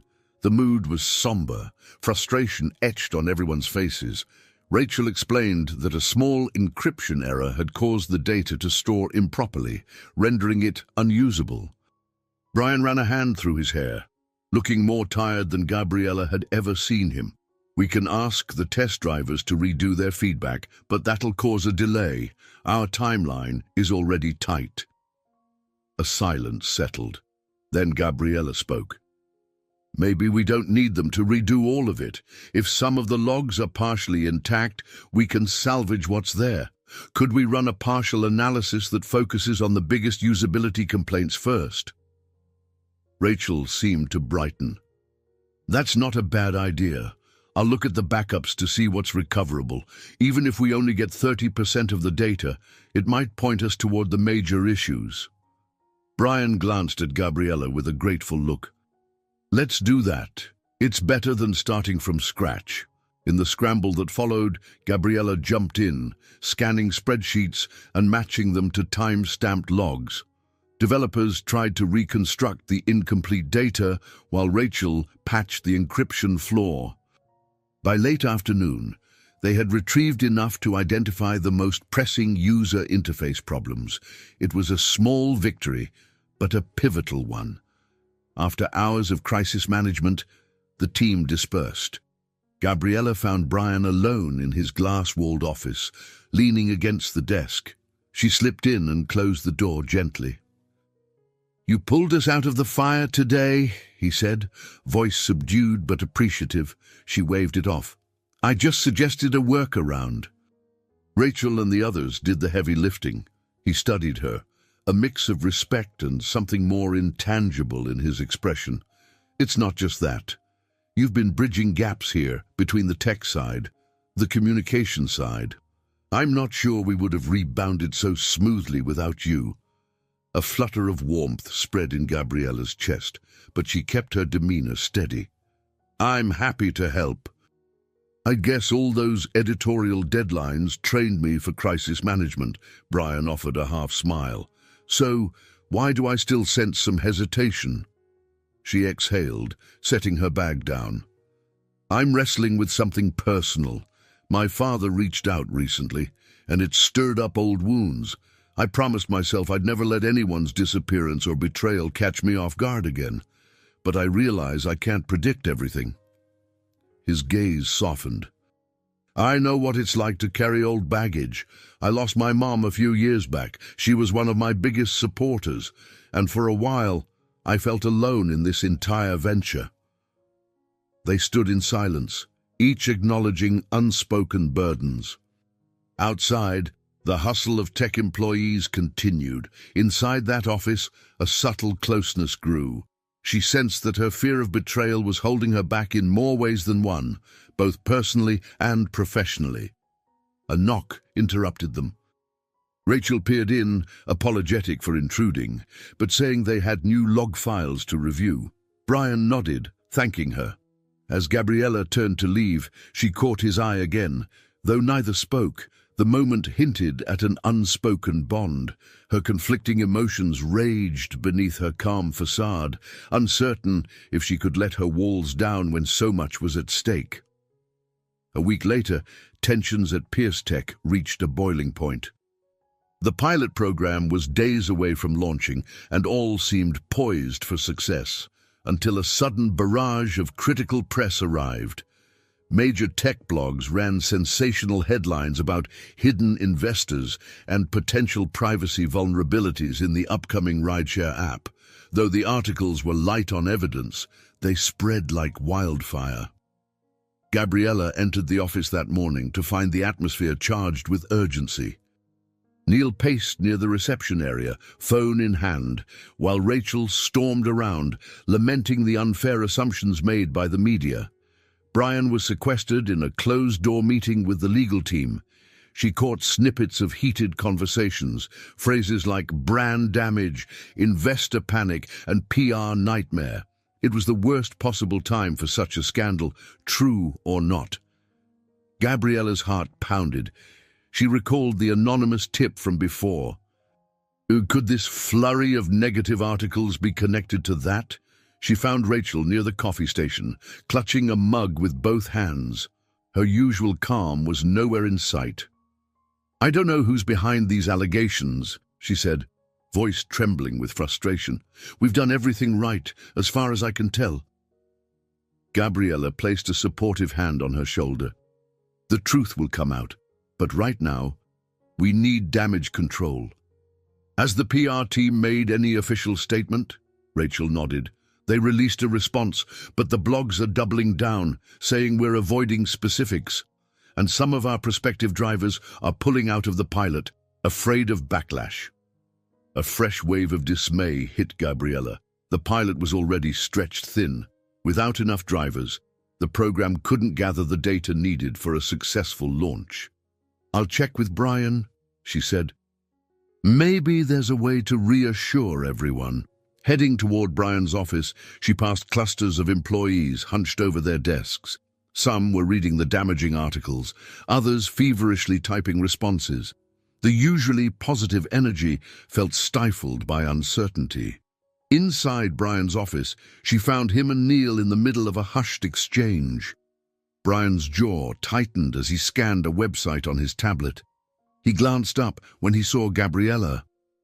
They're citing a confidential source within Pierce Tech, he said, voice laced with betrayal, which means someone on the inside might be feeding them half-truths. Neil added, we're bleeding credibility fast. If we can't nip this in the bud, the pilot won't just be delayed, it might collapse. Gabriella's thoughts whirled. The obstacle felt enormous, larger than anything they'd faced so far. She took a moment to steady herself, remembering her own editorial background. We should create a clear, transparent Q&A about your funding, your privacy protocols, everything. Lay it all out. Brian set aside the tablet. We've tried to do that in our PR statement, but maybe we need a more direct approach. Social media, interviews, something that shows we have nothing to hide. Neil leaned against the wall, arms crossed. We also have to find the leak. If there's a rogue employee stirring up trouble, they could sabotage us further. The weight of the situation pressed down. Gabriella recalled how personal the project had become for many at Pierce Tech. The stakes weren't just about money or corporate reputation. They were about the trust built between team members. She exhaled slowly. Let's tackle this from two angles. An internal review to find the source, and an external campaign that clarifies your ethics. I can help craft the messaging. They agreed on a plan. Neil would coordinate with PR to schedule a roundtable with reputable journalists, while Brian would personally address the driver community, offering direct conversations to allay fears. Gabriella would draft a straightforward set of documents outlining funding sources, corporate structure, and how user data would be secured. Within hours, she was at a workstation, typing up a detailed FAQ. She drew on everything she'd observed, from Pierce Tech's coding sessions to private chats with Brian and Rachel about the company's core values. As the day wore on, she felt the tension building in her own chest, an anxiety that they might be too late.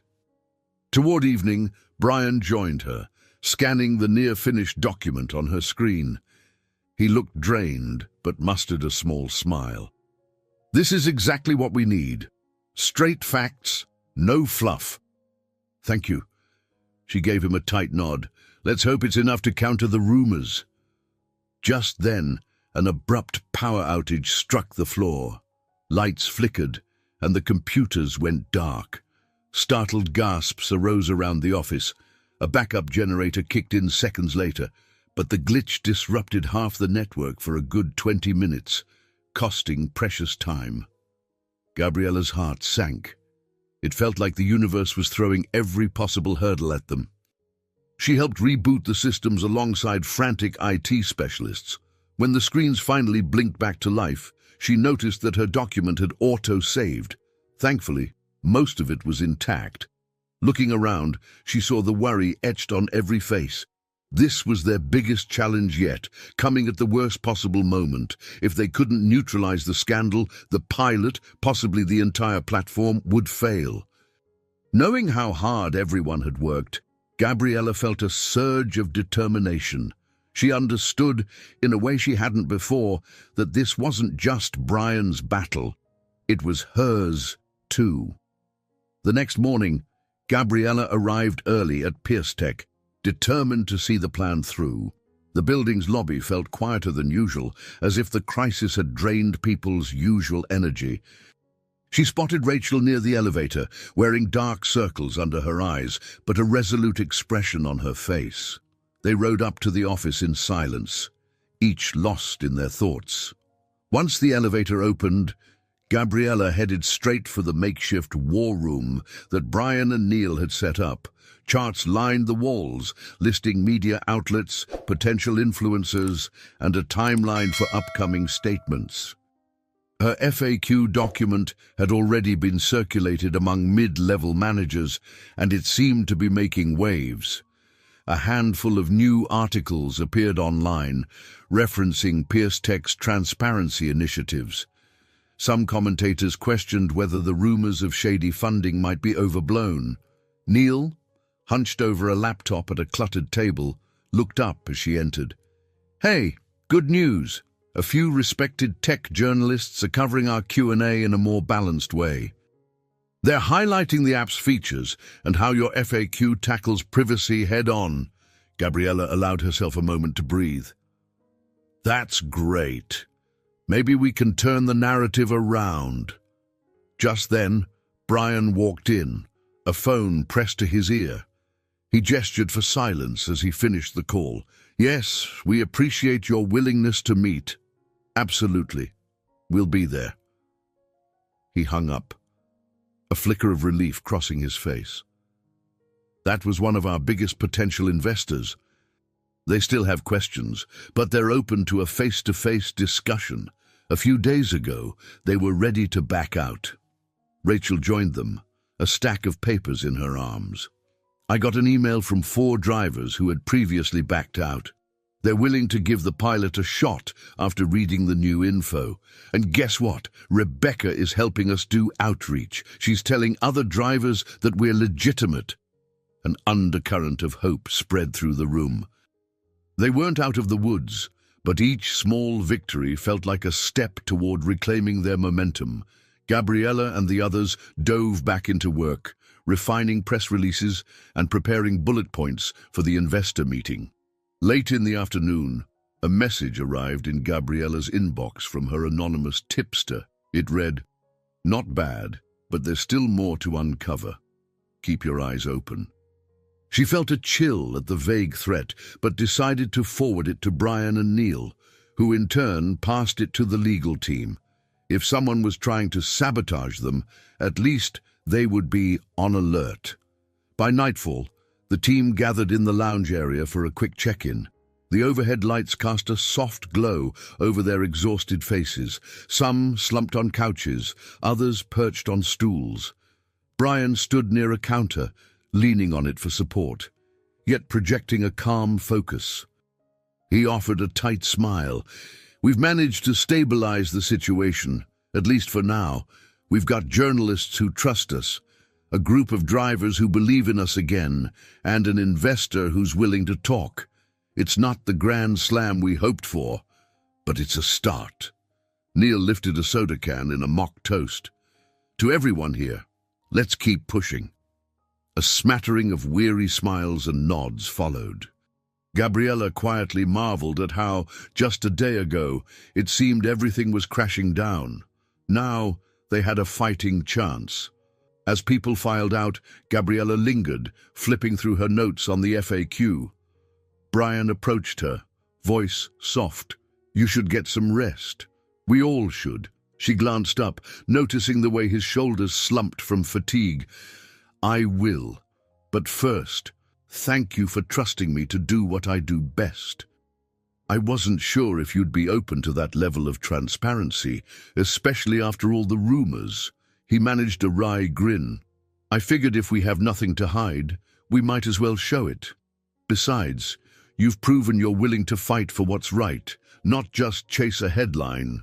A small warmth flickered in her chest. Their relationship, once marked by awkward mishaps and mutual wariness, had grown into a partnership based on respect.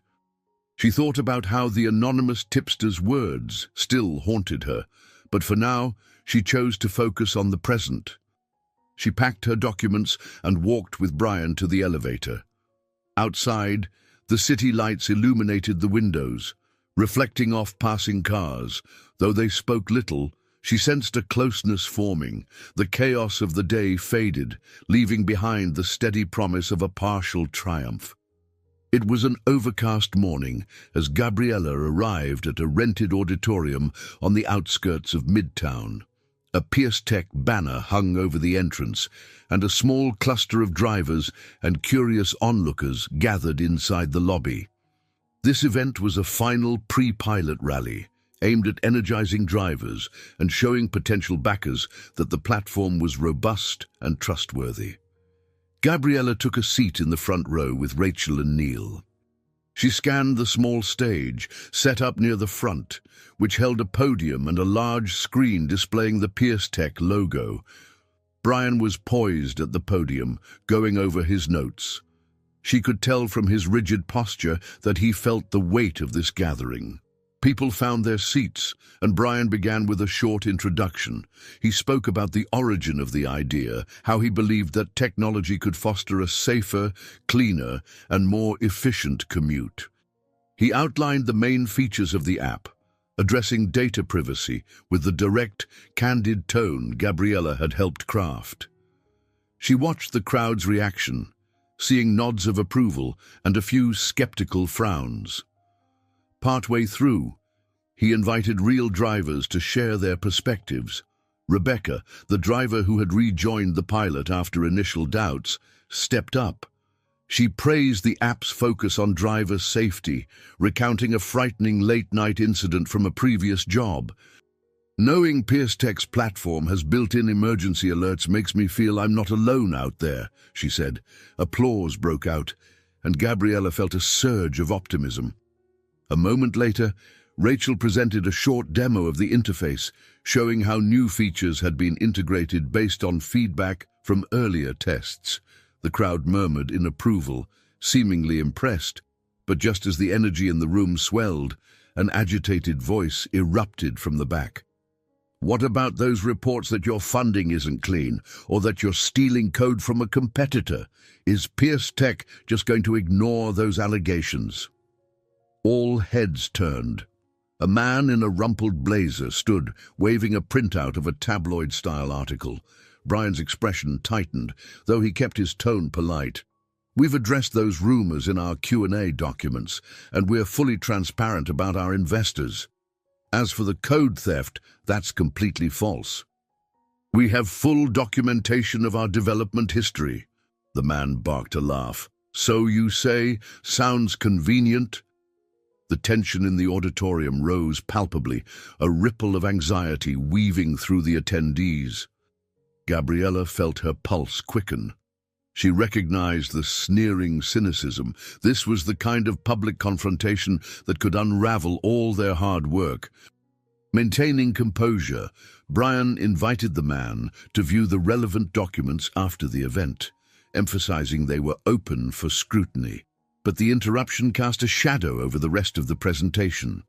The crowd seemed unsettled, glancing at the man's printed article. Neil leaned toward Gabriella, whispering, "He's not on our list of invitees, might be a plant from a competitor, or the tipster himself." Gabriella stiffened. She remembered the anonymous emails and the sabotage attempts. It felt like a final test, pushing them to the edge of their resolve. Once Brian concluded his main talk, a Q&A session followed. The tension in the air lingered, but many attendees asked constructive questions about safety features, driver earnings, or the user interface. Gabriella noticed some drivers discreetly exchanging relieved looks after hearing direct answers. Slowly, the atmosphere lifted as the audience focused on the app's tangible benefits rather than rumors. When the session ended, people mingled in the lobby, sipping coffee and forming small discussion circles. Gabriella hovered near Brian, who looked drained but determined as he answered the man in the rumpled blazer one last time. The man sneered, muttered something about digging deeper, and stormed out. Brian exhaled. "That could have gone worse," he said under his breath, turning to Gabriella. She nodded, heart still pounding. "I think, overall, the event was a success. Drivers seemed receptive." Neil joined them, taking off his ID badge. "We definitely have some skeptics, but the fact that we openly addressed concerns should help. The next step is to prove the app works in the real world." Rachel walked over, wearing a cautiously optimistic smile. "Despite the drama, a few more drivers just signed up for the pilot. That's a good sign." Relief coursed through Gabriella. Their focus now turned to the upcoming real-world pilot, arguably the ultimate challenge. If they could show consistent reliability, fair driver treatment, and robust privacy safeguards, they might finally shake off the shadows of rumor. Yet, as they gathered their materials and prepared to leave, she couldn't escape the feeling that the confrontation with the man in the blazer was just the beginning of a larger storm. Pierce Tech had endured weeks of stress, but an outright sabotage attempt was still possible. She looked at Brian, who offered a tight smile of encouragement. Outside, the sky remained overcast, hinting at potential rain. Gabriella and Brian walked side by side to their respective cars. Before parting ways, she lightly touched his arm. "We'll get through this," she said. "We're almost there." He nodded, eyes lingering on her with a blend of gratitude and resolve. "I believe that. Let's make sure this pilot proves them all wrong." She watched him go, that flicker of unspoken understanding passing between them once more. There was no denying the pilot launch would be the real crucible, where illusions, if any, would be shattered, and where all their efforts would either crystallize into success or dissolve into failure. On a crisp, clear morning, just a few days after the tense auditorium gathering, Gabriella stood outside a Manhattan parking garage, her breath clouding the cold air. A half-dozen drivers, each with a Pierce Tech decal on their car windows, were busy installing the updated app on their phones. This was the official start of the pilot program, where all the promises Brian and his team had made would be tested on real streets with real passengers. Rachel greeted Gabriella by the garage entrance, wearing a purple scarf and clutching a tablet loaded with tracking software. "Looks like everyone's almost set," she said, tapping through menus. "We'll monitor the rides in real time, collecting feedback tonight and over the next week. If all goes well, we'll expand to other boroughs." Gabriella nodded, glancing around. She recognized Rebecca among the drivers, along with a few other individuals she'd interviewed. Each one appeared both excited and wary, eager to try the new system, but mindful of the controversy that had dogged Pierce Tech in recent weeks. Several local reporters stood off to the side, cameras at the ready, hoping for a headline, good or bad. She spotted Brian further inside the garage, near a sedan that was being fitted with a special dashboard device. He was talking quietly with Neil, arms folded across his chest. Even from a distance, she could see tension in his posture, as if the weight of the entire venture pressed on his shoulders. She made her way over. "Big day," she said softly, offering a small smile. He nodded, exhaling a plume of breath into the chilly air. "It is, and it's only the first step. Even if this goes perfectly, we'll still have months of fine-tuning before a full launch." Neil shifted, checking his phone. "We've got coverage lined up from a couple of tech news sites. They're cautiously optimistic, but won't hesitate to crucify us if they smell failure." Gabriella understood. The pilot had to function smoothly, no crashes, minimal glitches, and positive user experiences. Otherwise, the media would latch onto every misstep. "I've shared the driver stories and the new FAQ with them," she said. "Try to put a human face on what you're doing here." Brian offered her a grateful glance. "Thank you. Let's hope it's enough." With everything set, Rachel called the drivers together for a final pep talk. She covered basic troubleshooting steps, reminded them of the safety features, and assured them the Pierce Tech team would be on standby around the clock.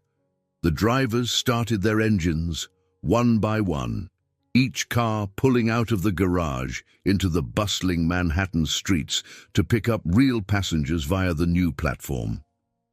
Gabriella felt her heart thud as the first car disappeared into traffic. In one sense, her role was minimal now. She wasn't a coder or an investor, but she'd become part of the lifeblood of this operation, pouring her time and credibility into helping Pierce Tech get here. She wanted it to succeed, not just for Brian, but for the entire team that had sacrificed so much. They set up a temporary command center in a small office a few blocks away, screens displaying real-time maps. Each driver's progress was tracked. Trip requests, route optimizations, arrival times. Gabriella joined Brian, Rachel, Neil, and a handful of developers around the largest monitor. "All 6 are active," Rachel announced, pointing at a digital map of Manhattan dotted with moving icons. "First passenger just got picked up near 53rd Street. Brian, hovering behind her, let out a slow breath. "And so it begins." An hour in, the first feedback trickled through. A driver reported confusion about the payment interface. Another noted that a passenger had praised the smoother navigation. Gabriella typed notes as the developers logged each comment. The tension in the room was palpable. Everyone was on edge, waiting for a major crash or a triumphant wave of success. By midday, local journalists began to post short pieces. Pierce Tech's pilot goes live. Early results mixed, but promising. One article mentioned no reported app errors yet. Another pointed out the streamlined design. Gabriella scanned each headline, feeling a cautious relief. Late in the afternoon, a hiccup emerged. One driver's app froze mid-route, forcing the passenger to switch to another service. It wasn't catastrophic, but it was still a blemish on the day's record. Rachel and a developer scrambled to debug the issue, updating the system within the hour. Gabriella caught Brian staring at the map with a determined set to his jaw. "We can't afford too many of those glitches," he muttered, "not while the press is watching." She gently placed a hand on his arm. "We knew there'd be hiccups. It's a pilot. The important thing is how fast you fix them." He looked at her, the edges of tension in his eyes softening. "Thank you for reminding me. Sometimes I forget that perfection on day one is impossible." As the sun began to set, the pilot's first full day approached its end. Drivers reported back with final tallies, mostly successful trips, a few awkward moments with the app's interface, and one passenger who insisted it was better than any other rideshare they'd used. That small piece of praise lifted the spirits of the entire room. Gabriella helped compile a preliminary report, which Rachel would compare with user survey data overnight. Despite the nerves and the one glitch, the pilot's opening act seemed to pass without major disaster.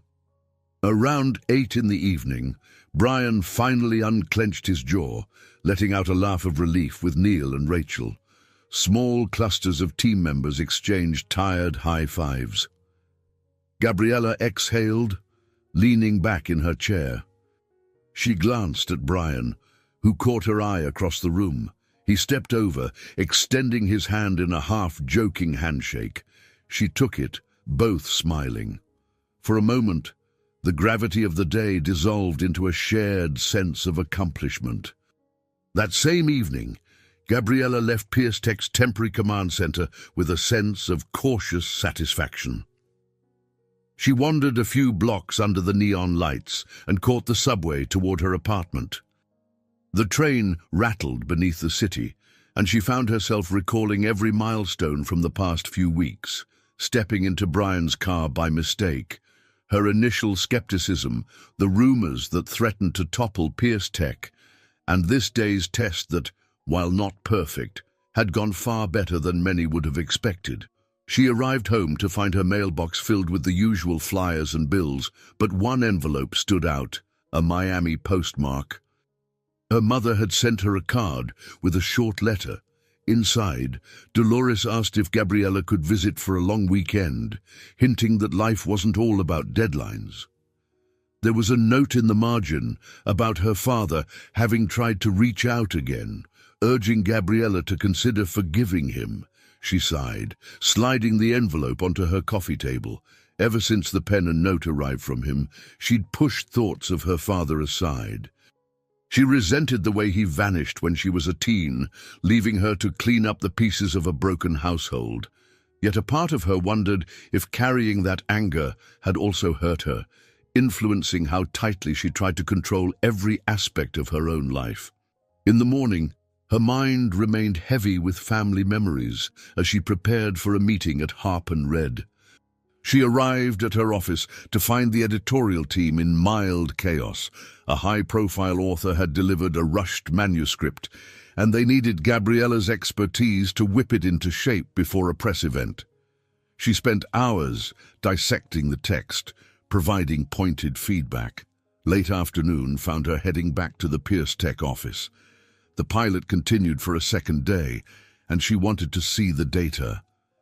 As she entered, Rachel waved her over to a large monitor displaying lines of code and a steady flow of incoming feedback. "Good news," Rachel said, her voice bright. "We fixed the glitch from yesterday, and so far, no repeat problems." Gabriella scanned the stats. Trip completions were up, ratings hovered around 4 and 5 stars, and the commentary from both drivers and passengers looked encouraging. She spotted a few gripes about minor interface quirks, but nothing catastrophic. "That's fantastic," she replied, feeling a genuine swell of pride.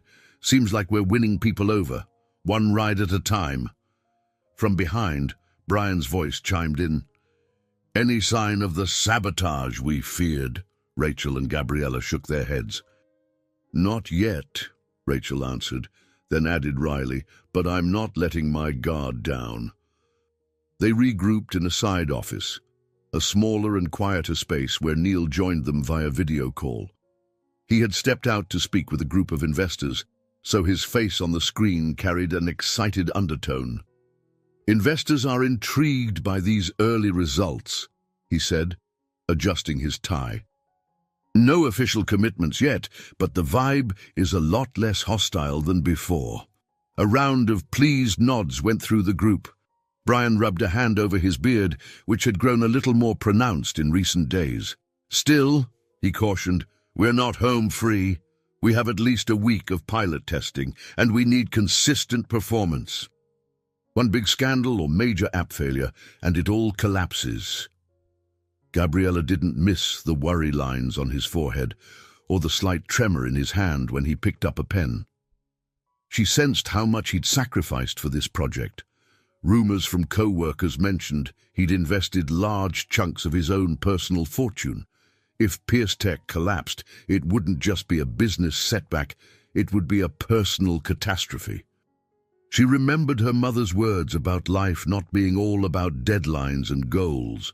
Brian seemed to live by deadlines and goals too, yet she wondered if he had anyone reminding him to breathe. After Neil signed off, Brian and Gabriella lingered in the small office. She glanced at him, noticing the circles under his eyes. "Are you sleeping at all?" He let out a humorless chuckle. "Not much. Maybe I can rest when this pilot is officially declared a success." "Your health matters," she said quietly. "Pierce Tech can't stand if its leader collapses." He nodded, a rueful smile touching his face. "I'll keep that in mind." Then he looked at her, a softened glance that felt intimate in the fluorescent glow. "And what about you? Balancing an editorial career and being an unofficial advisor to a tech startup can't be easy." She shrugged lightly. "I'm adjusting. But I do need to figure out other parts of my life." She thought about her mother and father, the unresolved knots in her personal history. "Sometimes I wonder if all this focus on work is my way of avoiding bigger issues." He studied her, taking in the uncertainty in her voice. "You know," he said gently, "I didn't just invite you to Pierce Tech for editorial expertise. There was something about your honesty, your determination, that I admired. If you need someone to lean on—" He trailed off, letting the offer linger. A warmth blossomed in her chest, mixed with apprehension. She appreciated his sincerity, but the prospect of becoming emotionally entangled with him when everything was so precarious made her hesitant. Still, she couldn't deny the growing closeness between them. Outside, they heard Rachel call their names, urging them to check the latest driver feedback. With a final exchange of glances, they stepped back into the fray, where the fate of Pierce Tech teetered on the edge of success. The pilot program advanced steadily over the following days. Each morning, Gabriella visited Pierce Tech to help assess new feedback and refine any messaging that Neil and the marketing team needed. In the evenings, she returned to harp and read, catching up on the manuscripts piling up on her desk. The tight schedule left her barely enough time to breathe, but she noticed a shift in her mindset. No longer was she the meticulously controlled editor who dismissed anything outside her planned routine. Her interactions with Pierce Tech had nudged her toward bolder choices, like speaking up in tense meetings or assisting with driver outreach. She felt more present, more willing to let events unfold without micromanaging every detail. One afternoon, she encountered Rachel in the hallway, looking victorious. "We just hit the 100th successful ride without a single crash or freeze," Rachel said, holding up her phone as if it were a trophy. "That's a milestone, Gabriella."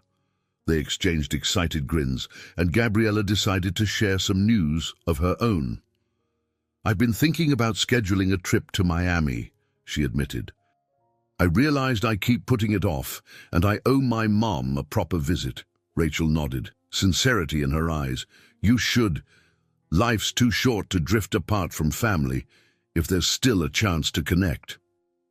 Later that day, Brian called an impromptu team huddle, where Rachel, Neil, and Gabriella joined him around a small conference table. He projected a screen showing metrics: driver satisfaction, passenger wait times, overall trip efficiency. The numbers had improved every single day of the pilot. "It's remarkable," Brian stated, pride tinging his voice. "We still have minor hiccups, but nothing to derail us. Investors are starting to see we're serious. They're scheduling in-person demos next week."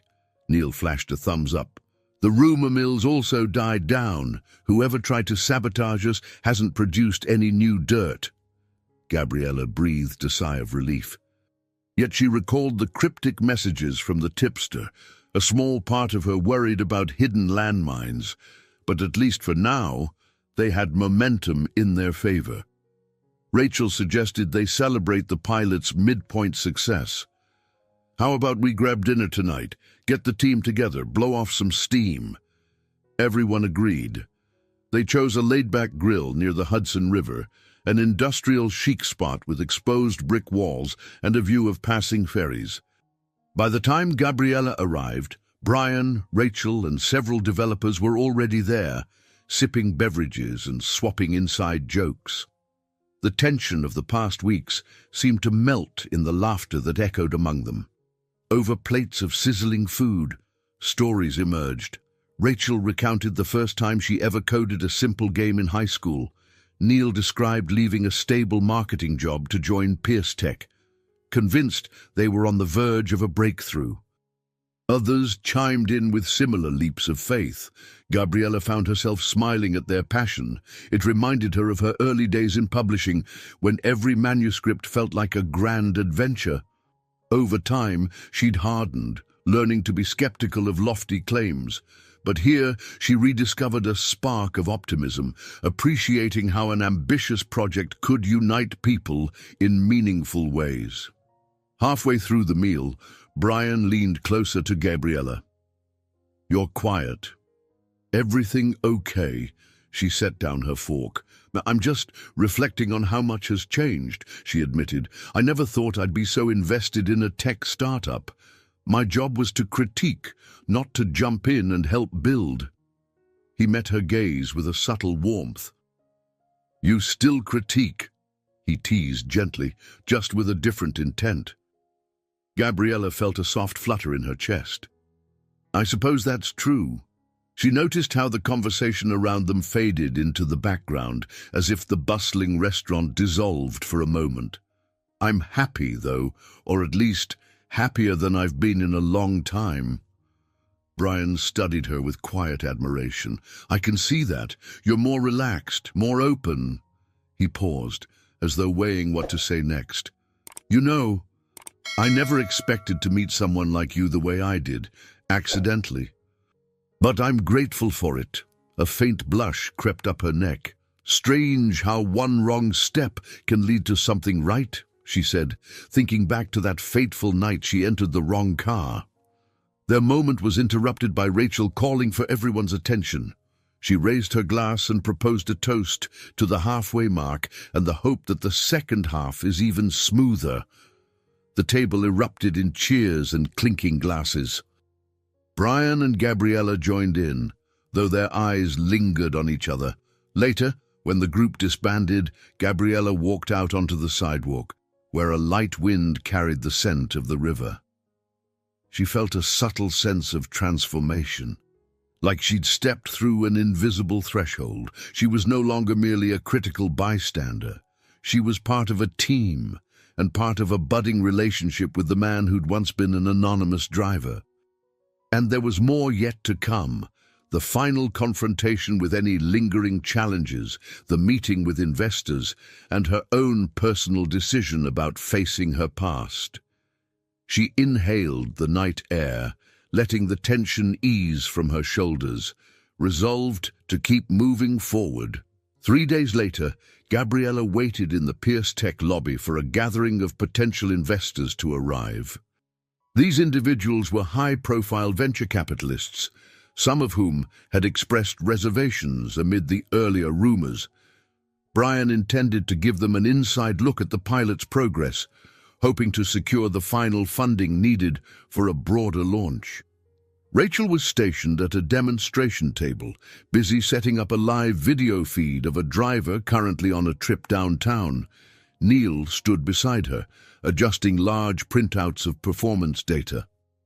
Gabriella had contributed by drafting a succinct yet compelling summary of the pilot's success so far.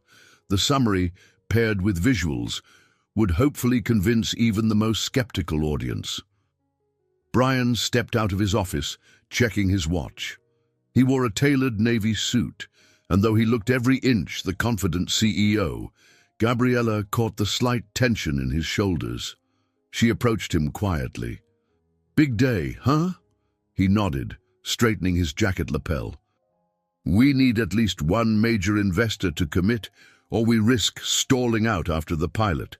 Our existing resources won't cover a full-scale launch." Gabriella offered a firm smile. "You have a great team, real results, and a compelling story. Let those things shine." Moments later, a group of 5 investors walked in, each dressed in an air of understated wealth. Italian leather shoes, discreet designer handbags.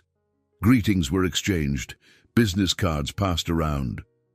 Brian led them into a conference room with floor-to-ceiling windows, showcasing a partial view of the East River. The presentation unfolded smoothly. Rachel demonstrated the driver interface. Neil explained the long-term market potential, and Gabriella briefly described the ethical stance Pierce Tech took by addressing privacy concerns head-on. Brian maintained a poised demeanor, answering tough questions about scaling strategies and revenue projections. Halfway through, one investor, a stern-looking older man with silver hair, folded his hands. "You talk a good game," he said, fixing Brian with a sharp gaze. "But I've heard whispers of ongoing disputes with a former partner. Why should we risk our capital if there's a potential lawsuit looming?" A tight silence ensued. Gabriella felt her stomach knot. Brian inhaled quietly. "We have no active legal disputes," he said steadily.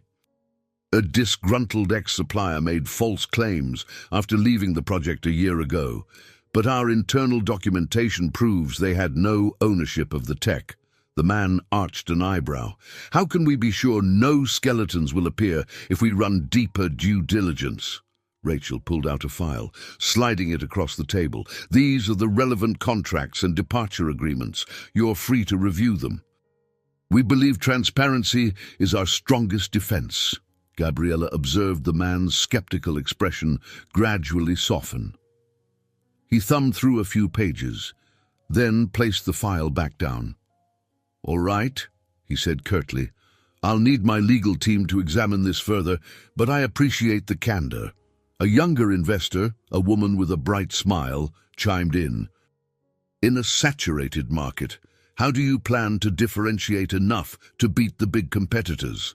Neil brought up a slide on the projector. "One advantage is our unique driver-centric approach. Lower commission rates and robust safety measures will attract the best drivers, which in turn attracts loyal passengers. Think of it as a virtuous cycle." The woman nodded, clearly intrigued. As the Q&A continued, Gabriella sensed a cautious optimism in the room. The potential investors probed more about expansion timelines, corporate governance, and staff expertise. Each time, Brian or one of his team had a direct, well-researched response. After nearly 2 hours, the group concluded with polite handshakes. The stern older man offered a brief but telling remark. "I'm impressed by what I've seen. We'll be in touch soon." When the door finally closed, Brian exhaled audibly, a hint of relief shaping his face. Rachel punched the air in a small victory move. Neil let out a quiet chuckle, muttering, "I think we might have them." Gabriella felt a surge of pride, recalling her own contributions. Editing the presentation materials, honing the messaging about trust and transparency. This whole process felt like shepherding a manuscript toward publication, only the stakes were higher and the drama far more immediate. Brian caught her eye, stepping over. "We wouldn't have handled those questions half as smoothly if you hadn't pushed us to detail everything in the FAQ and investor briefing," he said, genuine gratitude in his tone. She shrugged, smiling. "You gave me plenty of material to work with, and all of it legitimate, which helps." He nodded, then glanced around the room at the triumphant team. In quieter words, he added, "After a final positive nod from them, we'll be just a few steps away from launching statewide or even beyond." Before Gabriella could respond, Neil called out, "We should celebrate, or at least get some fresh air. I'm starving." The group erupted in laughter, tension releasing. They decided on a quick lunch together at a nearby cafe. As they filtered out of the conference room, Brian placed a hand lightly on Gabriella's arm, holding her back for a moment. His gaze was warm, a mixture of relief and something more personal. "I mean it. You've changed the course of this company, and maybe mine too," he said softly. Her heart fluttered, recalling the many shared moments and unspoken confessions. "I'm glad I could help," she managed. "And there's still more to do, right?" He gave a slight nod. "We're almost at the finish line. Almost." Yet Gabriella sensed an undercurrent, both in the project and in her personal life. The biggest trials appeared behind them, but she couldn't shake the feeling that one last confrontation still loomed on the horizon, waiting to test everything they had built. It was a chilly Friday evening when Gabriella found herself in a crowded midtown cafe with Brian, Rachel, and a handful of Pierce Tech developers. They gathered around a table littered with laptops, half-empty coffee cups, and assorted printouts. The pilot was officially winding down. Having run successfully for nearly 2 weeks, they were cross-checking final statistics, user adoption rates, driver satisfaction scores, passenger ratings, technical stability, and more. If everything aligned, Monday morning would bring a formal press release announcing the pilot's completion and inviting broader investor participation. Excitement buzzed through the group, though there was a noticeable undercurrent of fatigue. Brian scrolled through data points on his screen. We've achieved a 97% trip completion rate with less than 1% serious error occurrences. That's phenomenal for a beta launch. Rachel grinned widely. It's way better than most rideshare startups at this stage. I'm going to compile an official report for the board. Gabriella sipped her coffee, checking her phone for messages. She noticed one from her mother. A simple text that read, "I miss you. Let's talk soon." An ache flared in Gabriella's chest, thinking about how she put off a trip to Miami yet again. She resolved to book a flight as soon as the press release was out. Just as the developers began to pack up, Brian's phone buzzed. He read a text with a deepening frown. "That can't be right," he murmured. Rachel peered over. "What is it?" "Rebecca. She says she just had a major app crash in the middle of a passenger trip, lost navigation entirely, and had to pull over." Gabriella set down her coffee. "First I've heard of it. Did it auto-report?" Brian shook his head, worry lining his face. "No, which is already odd. The system is designed to log any crash. She says it locked her out completely. She had to reboot her phone." A hush fell over the group. A single crash in itself might not be catastrophic, but the timing was awful, right at the final stretch, just before they planned to declare victory. "Let's see if we can recreate it," Rachel said, opening her laptop. They spent an hour trying to replicate the issue in test environments, but the code ran smoothly. No matter what they did, they couldn't trigger the same failure. Brian paced behind them, tension rippling across his brow. Could someone be meddling? The sabotage angle? Rachel grimaced. Possible, but we'd need more clues. Gabriella's phone buzzed again, this time a notification from her blog. She checked it absently, only to see a new anonymous comment. "I warned you there was more. The final blow is about to land." A chill swept through her. She showed Brian, whose expression darkened. He exhaled slowly. "All right, let's get back to the office. Pull up logs from every possible source. We can't let this overshadow everything we've accomplished." They hurriedly left the cafe, the developers trailing behind. Within half an hour, they'd gathered in a small war room at Pierce Tech, scouring system logs for any sign of foul play. Rachel finally found something, a fragment of unauthorized code injected into the system logs at the approximate time Rebecca reported the crash. It looked like a piece of malware designed to trigger intermittently, not an accidental bug. Brian clenched his fists. "So this is deliberate sabotage." Gabriella's heart pounded. The anonymous tipster's threats had been real, after all. They'd waited for the perfect moment to strike, hoping to unleash a damaging crash just as Pierce Tech prepared to declare success. Rachel and a developer immediately began isolating the malware's code signature, working to block and remove it from the system. "We can patch this, but the question is how it got in," Rachel said, typing furiously. A cold knot formed in Gabriella's stomach. Someone inside must have installed it. Or maybe they found a vulnerability in the server firewall. Brian nodded grimly. "We need to confirm that. If it's an inside job, then we have a serious breach of trust on top of a technical crisis." Within another hour, Rachel managed to cleanse the active system of the malicious code. She recommended a full security review, but that would take more time.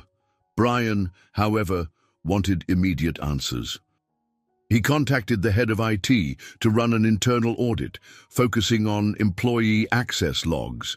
Meanwhile, Gabriella checked her watch, well past midnight. She couldn't leave now, not when everything hung in the balance. The team pressed on, battling fatigue with coffee and sheer willpower. By 2 a.m., a partial breakthrough emerged. The malware had come through a remote entry key assigned to a former consultant who left Pierce Tech months earlier. That same individual had recently been seen spreading rumors about the app's alleged flaws. "This is it," Brian said softly, reading the findings. "We've found our culprit." A wave of relief and anger coursed through Gabriella. Relief, because they finally had proof of deliberate sabotage. Anger, because the betrayal stung. The ex-consultant had likely harbored resentment and seized the moment to insert code that would undermine the pilot's credibility. They decided to share the discovery with their PR and legal teams first thing in the morning. For now, the immediate crisis seemed contained. Rachel reported that Rebecca's phone was back online and the system functioned normally. Yet Brian remained uneasy, pacing in the dimly lit office. Gabriella moved close, resting a hand on his arm. "We found the sabotage. We fixed it. Tomorrow we'll secure everything before the final pilot results go public." He stopped pacing, eyes heavy with fatigue and relief. "Thank you," he murmured, voice tinged with gratitude and vulnerability. "This could have sunk us." Her heart softened at the sight of him, exhausted but determined. "It still might, if the media runs the crash story before we can clarify. But one sabotage attempt doesn't erase 2 weeks of good data. We'll prove that." Brian exhaled, rubbing his eyes. "Right, we just can't afford to let fear stop us now." In the dim glow of the overhead lights, they stood quietly, each carrying the weight of the final hurdle. With the patched code and the culprit identified, they were poised to announce the pilot's success. The true test lay in how quickly they could address this last-minute sabotage, and whether the world would believe their story of resilience over betrayal. Gabriella stepped out of the Pierce Tech building into a cool, overcast morning, hugging her trench coat closer around her shoulders. The pilot had officially ended the day before, and the final press release had gone out without further incidents. Despite the lingering memory of the sabotage attempt, the overall reaction from media and investors was cautiously optimistic. It should have been a moment of elation for her, yet she felt strangely subdued. She walked 2 blocks to a small bakery she'd frequented in her early days in Manhattan. Its warm glow stood in welcome contrast to the grey city streets. Pushing open the door, she inhaled the aroma of freshly baked bread and cinnamon rolls. She hadn't realized how hungry she was. Over a cup of coffee, she scrolled through new headlines on her phone. Most outlets praised Pierce Tech's transparent response to the sabotage and applauded the team's determination. A few critics remained suspicious, but Gabriella suspected time and consistent performance would quiet them. Yet beneath her pride in the project lay an unshakable vulnerability. She thought about the anonymous tipster's threats, the ex-consultant's betrayal, and even her own father's attempt to reconnect. So much of her energy had gone into building walls to protect herself, both personally and professionally. Now, those walls felt more like barriers she might no longer want. Her phone buzzed with a call from Dolores. She paused before answering, realizing how few details she had shared with her mother about the project's intensity. "Mama," she greeted, forcing a gentle tone. "Gabriella, I saw some news about this tech company you've been working with," Dolores said, her warm voice tinged with excitement. "Are you all right, mija? You sounded so tired last time we spoke." Gabriella stared at a half-finished croissant, wishing she could assure her mother that everything was simple and perfect. I'm all right. The pilot concluded yesterday, so things should calm down." Her mother sighed in relief. "Then maybe you can fly down to Miami soon. It's been too long." Gabriella hesitated. She had delayed this visit more times than she cared to admit, but there was no looming crisis at Pierce Tech now, at least not one that required her immediate presence. "I'll see if I can manage," she said. "I promise, Mama, I'm trying." They ended the call amicably, but a sense of unease lingered. She thought of the small package from her father she'd tucked away in her apartment. Perhaps it was time to confront the fractured pieces of her past. Later that afternoon, she stopped by Harper Reed to catch up on her editorial backlog. Marcus greeted her with a stack of new manuscripts, each with a yellow sticky note of instructions. "I tried to filter out the junk, but you might still find a couple that are hopeless," he joked, sliding them onto her desk. She thanked him, feeling a pang of gratitude for his support and loyalty. Sitting at her chair, she rifled through the papers, making quick notes on potential leads and summarizing the rest for the slush pile. It felt familiar, grounding, yet a bit mundane after the adrenaline of the pilot launch. In a brief lull, Eleanor appeared in her doorway, a knowing smile on her face. "Heard the pilot ended with quite a flourish," she said softly, crossing her arms. "I've seen the headlines." Pierce Tech's new rideshare system is turning heads, even among cynics. "How are you holding up?" Gabriella shrugged, feeling her composure waver. Exhausted, relieved, unsure, all at once. Eleanor stepped into the office, closing the door behind her. "Transitions can be tough. You jumped into something outside your comfort zone and poured your heart into it. Now that it's done, at least the pilot phase, it's normal to feel unsettled." Gabriella nodded, rubbing a knot in her shoulder. "I guess I expected a clean sense of triumph, but instead I have all these questions. About my father, about the future with Pierce Tech, about my own life." Eleanor's expression softened. "Maybe this is the best time to reflect, figure out if there's more to this journey than a completed pilot. And about your father, well, sometimes healing old wounds can free you to move forward." The words resonated like a gentle chord. She recognized the truth in them, but still struggled to release her grip on the anger and hurt she'd carried since her father's abandonment. "I'm afraid of reopening that chapter," she admitted quietly. Eleanor took a seat, resting a hand on Gabriella's desk. "I can't tell you what to do, but I can say from experience that unspoken pain doesn't go away. It just shapes us in ways we might not want. You deserve peace." When Eleanor rose to leave, Gabriella offered a small smile. She felt raw, but in a way that signaled potential growth. The veneer of rigid control she'd once prided herself on had cracked, revealing a woman ready to embrace life's complexities. That evening, she sat alone in her apartment, gazing at the photo of her father she still kept in an old album. She remembered him as a soft-spoken man who encouraged her to read, who'd once told her she could be anything she wanted. His abrupt departure nearly 20 years ago had forged her distrust of unplanned events, driving her to structure her life with meticulous caution. Now, the intangible armor she'd worn for years felt heavier than ever.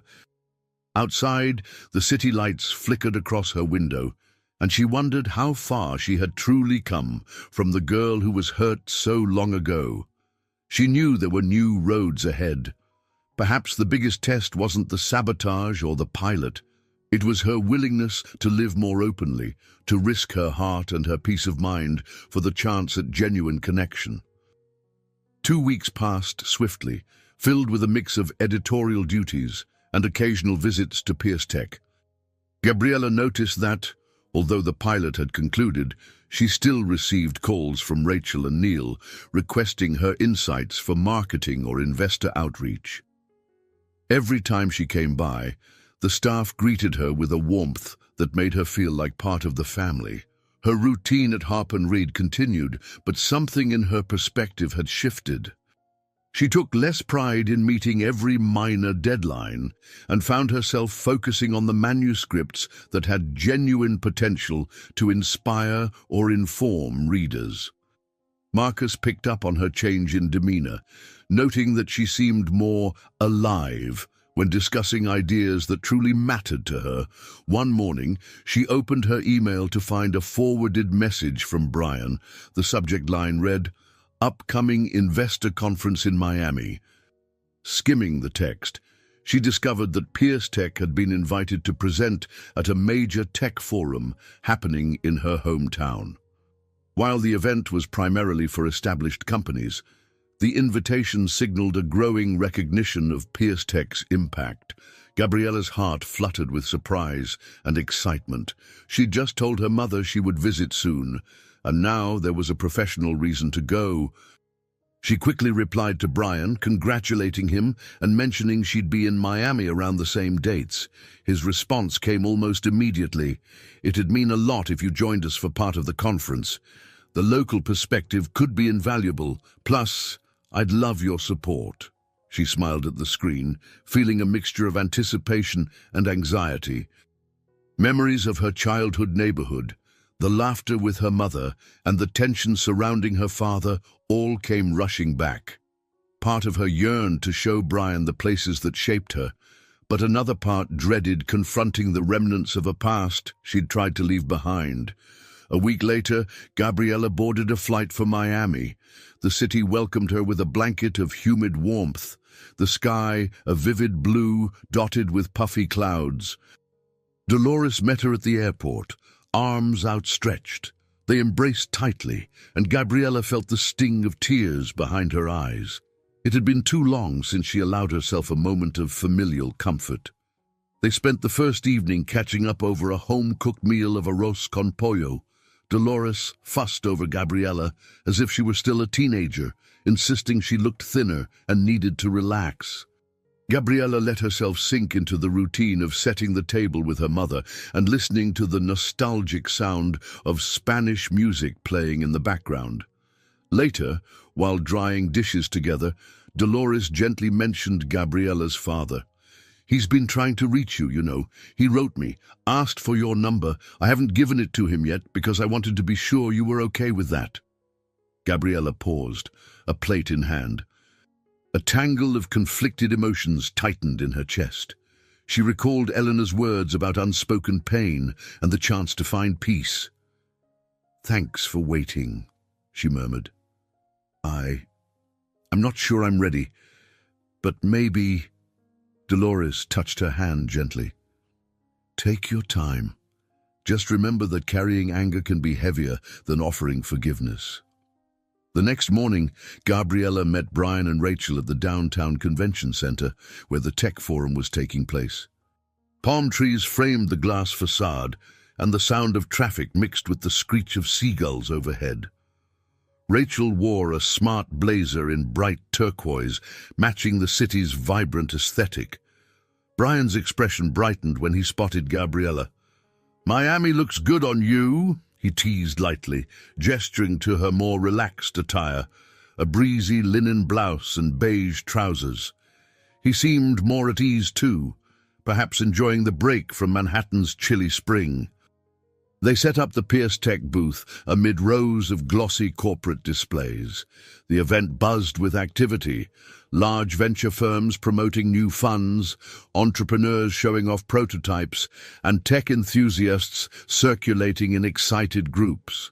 Among the crowd, Gabriella spotted a few big-name CEOs whose companies she'd once criticized in her blog. Now she was on the other side, championing an enterprise she believed in. During breaks, she shared bits of her past with Brian and Rachel. She pointed out that just a few blocks away stood the old library where she'd spent her after-school hours, devouring every book she could get her hands on. She mentioned her mother's modest home in Little Havana, describing the colorful murals and lively culture that shaped her adolescence. Brian listened intently, occasionally asking questions about her upbringing or her time at a public high school known for its underfunded programs. She felt the vulnerability of revealing these details, but it also felt liberating to let someone witness the roots she'd tried so hard to transcend. By afternoon's end, the PeersTech booth had drawn attention from curious investors and a handful of local rideshare drivers who were impressed by the pilot's success. Gabriella took pride in explaining how the platform empowered drivers and passengers alike, layering real-time safety features into a user-friendly interface. As the convention center lights dimmed for the evening, Brian turned to her with a contented smile. "We wouldn't be here without your support. Thank you." She looked at him, feeling the subtropical air drifting through the open entrance. "I'm glad I could help," she said softly, "and that I can finally share a piece of my world with you." Yet a silent tension hung in her mind, the question of when and if she would confront her father. The city felt both familiar and foreign, a place that held joy and heartbreak in equal measure. For the first time in years, though, she felt strong enough to handle whatever came next. On the third day of the tech forum, the Miami sun glinted off the convention center's reflective panels, heating the sidewalks to a shimmering haze. Gabriella arrived early to finalize Pierce Tech's morning presentation. While Brian and Rachel handled technical checks, she prepared a short speech highlighting the social impact of their rideshare model. When the session began, a modest audience filled the small auditorium. Entrepreneurs, policy advocates, and curious locals took their seats. Gabriella was first to speak, her nerves fluttering but under control. She introduced herself as an editor, a journalist, and an advisor who had witnessed Pierce Tech evolve under challenging circumstances. Her words flowed more candidly than her usual polished editorial style.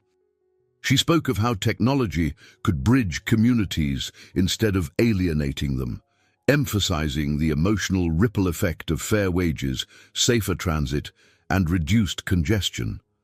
She acknowledged that her initial skepticism had gradually transformed into admiration, underscoring the importance of open-minded dialogue between critics and creators. The crowd responded with applause, and she stepped away from the podium, heart pounding in both relief and pride. Rachel followed with a demonstration of the driver interface, showcasing real-time data from the pilot. Finally, Brian delivered a vision statement that touched on expansions to other major cities, including real-time translation features for multicultural hubs like Miami. During the Q&A, a man in the audience, wearing a crisp linen shirt, stood up. "I'm a local journalist," he announced, pointing to a press badge around his neck. "Could you talk about how you handled the sabotage attempts? It's impressive you recovered so quickly." Brian glanced at Gabriella, then answered smoothly, crediting the team's vigilance and transparency. He spoke openly about the ex-consultant who'd planted the malware, and how the entire fiasco revealed the importance of trust within an organization. People in the auditorium nodded, some taking notes. When the session concluded, a handful of attendees approached the Pierce Tech team with business cards and potential partnership ideas. Gabriella felt a warm flush of satisfaction as she fielded questions about her editorial perspective on ethical tech. She noticed more than one local official praising the initiative for supporting underpaid drivers in the region. A group of college students lingered, eagerly questioning Rachel about software engineering. One of them looked at Gabriella and asked, "You said you used to critique companies like this on your blog. What made you change your mind?" She considered the question. "I didn't stop being critical," she said slowly. "But I realized that honest critique and constructive partnership aren't mutually exclusive. If a company is genuinely trying to do better, helping them reach that goal can be more effective than only pointing out flaws from the sidelines." Their eyes lit up with understanding, and they nodded, inspired. In that moment, Gabriella felt something shift. She saw how her transformation resonated, especially for younger minds who viewed success and advocacy as conflicting paths. Maybe her story could show them that one can champion innovation without abandoning ethical standards. By midday, the Pierce Tech booth buzzed with visitors. Dolores arrived unannounced, wearing a casual floral dress and her usual supportive smile. She wrapped Gabriella in a proud hug, then stood by the booth, listening to the pitch that Brian and Rachel gave to curious attendees. Gabriella introduced her mother to Brian, explaining briefly how Dolores had sacrificed to ensure her daughter's education and opportunities. Dolores beamed, speaking warmly of Gabriella's determination from a young age. Brian listened with respect, occasionally glancing at Gabriella with an expression that hinted he was learning so much more about her core. After a flurry of handshakes and conversations, Dolores pulled Gabriella aside. "I'm so proud of you, mija," she whispered, taking her hand. "Look at how you bring people together." Gabriella felt a sudden sting of emotion. She reflected on the countless hours in Manhattan, the tension and sleepless nights, and her old fear of stepping off a meticulously planned path. To have her mother see her in this new role, less guarded, more collaborative, was unexpectedly moving.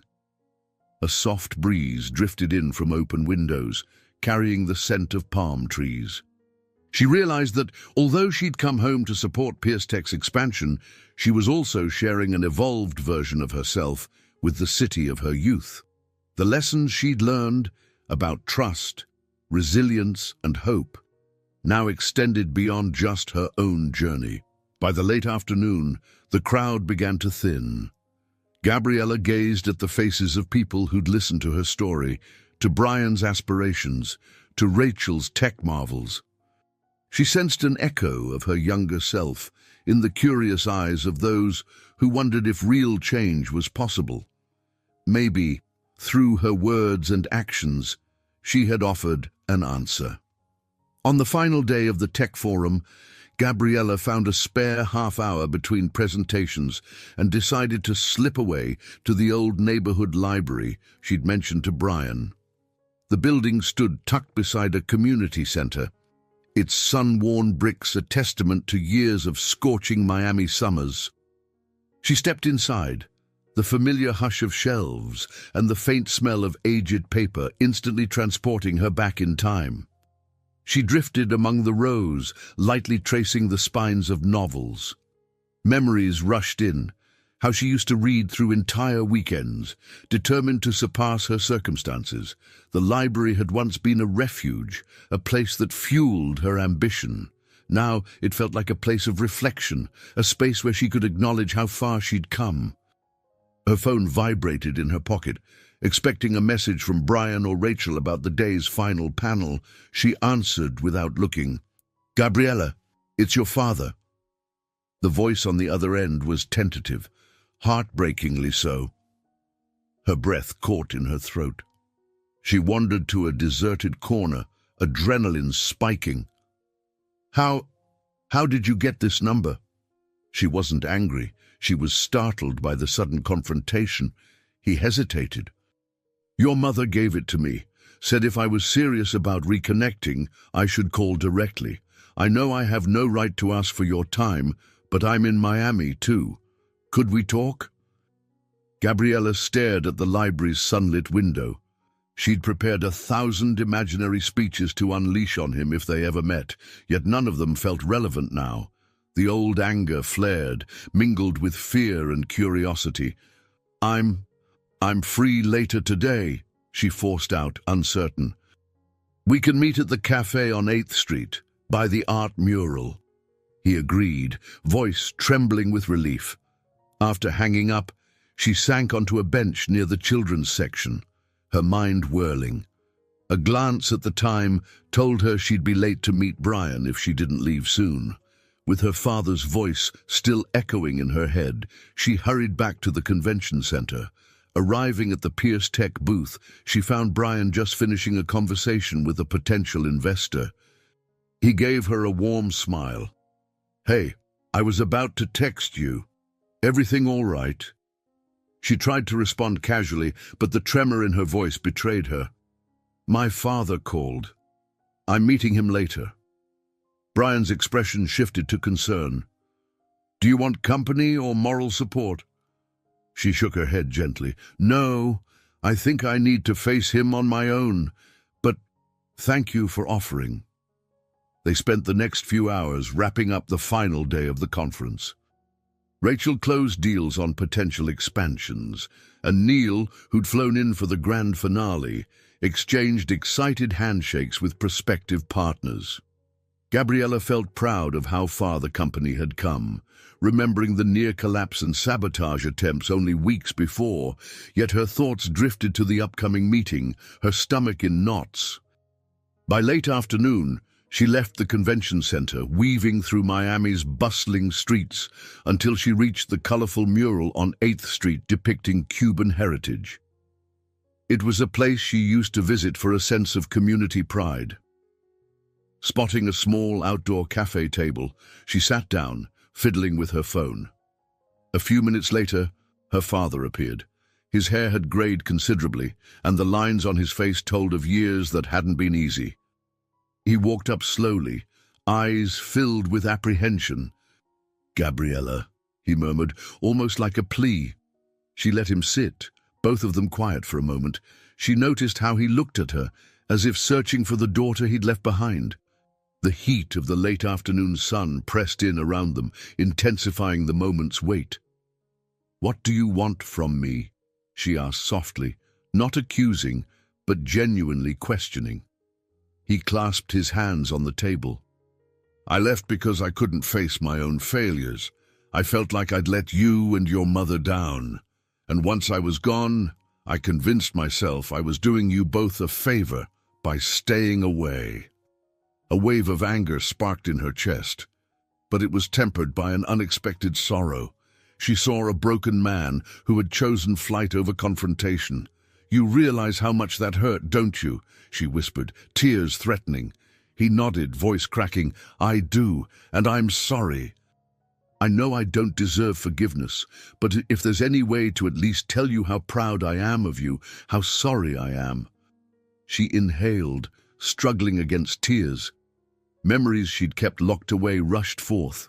Birthdays without him, tears in her mother's eyes, her own vow never to let anyone's unpredictability shatter her life again. But that vow had also closed her off. "It hasn't been easy," she managed. "I turned into someone who needs everything under control because I never wanted to feel that powerless again." He reached out, hesitated, then drew his hand back. "I wish I could fix the past, but I can't. All I can do is ask for a chance to know you now, to support you in whatever way I can." The old anger surged momentarily, yet she also sensed the possibility of letting go. She recalled what Eleanor said about unspoken pain shaping lives. If she held on to this rage, it might overshadow her new connections, especially with Brian. After a long silence, she nodded, tears finally escaping. "I can't promise we'll ever be close, but maybe we can start with a clean slate." His eyes shone with gratitude. She exhaled, a tremor passing through her, and in that moment she felt a weight lift. In choosing to open a path to reconciliation, she allowed herself to move forward. Later that evening, as she returned to her mother's house, her heart felt raw yet somehow lighter. She texted Brian, "Met my dad. Still processing, but I'm okay." He replied immediately, "Proud of you. Call if you need to talk." Standing in her childhood bedroom, she gazed at the faded posters on the wall, remnants of a girl who had once dreamed of conquering the world. Now, she saw a woman who was learning to navigate the unexpected with an open heart. Tomorrow, she would head back to Manhattan, resume her editorial work, and continue supporting Pierstek's journey. But this time, she wouldn't bury her vulnerabilities. She'd let them remind her that life's greatest growth often arises from moments of genuine risk, be it trusting a stranger behind the wheel, confronting old wounds, or daring to believe that love and possibility can bloom from the most unlikely errors. And as she closed her eyes, the emotional tears felt less like sorrow and more like release, a testament to how far she had come and how many beautiful chapters were yet to be written. I hope you enjoyed today's story. Subscribe to the channel so you don't miss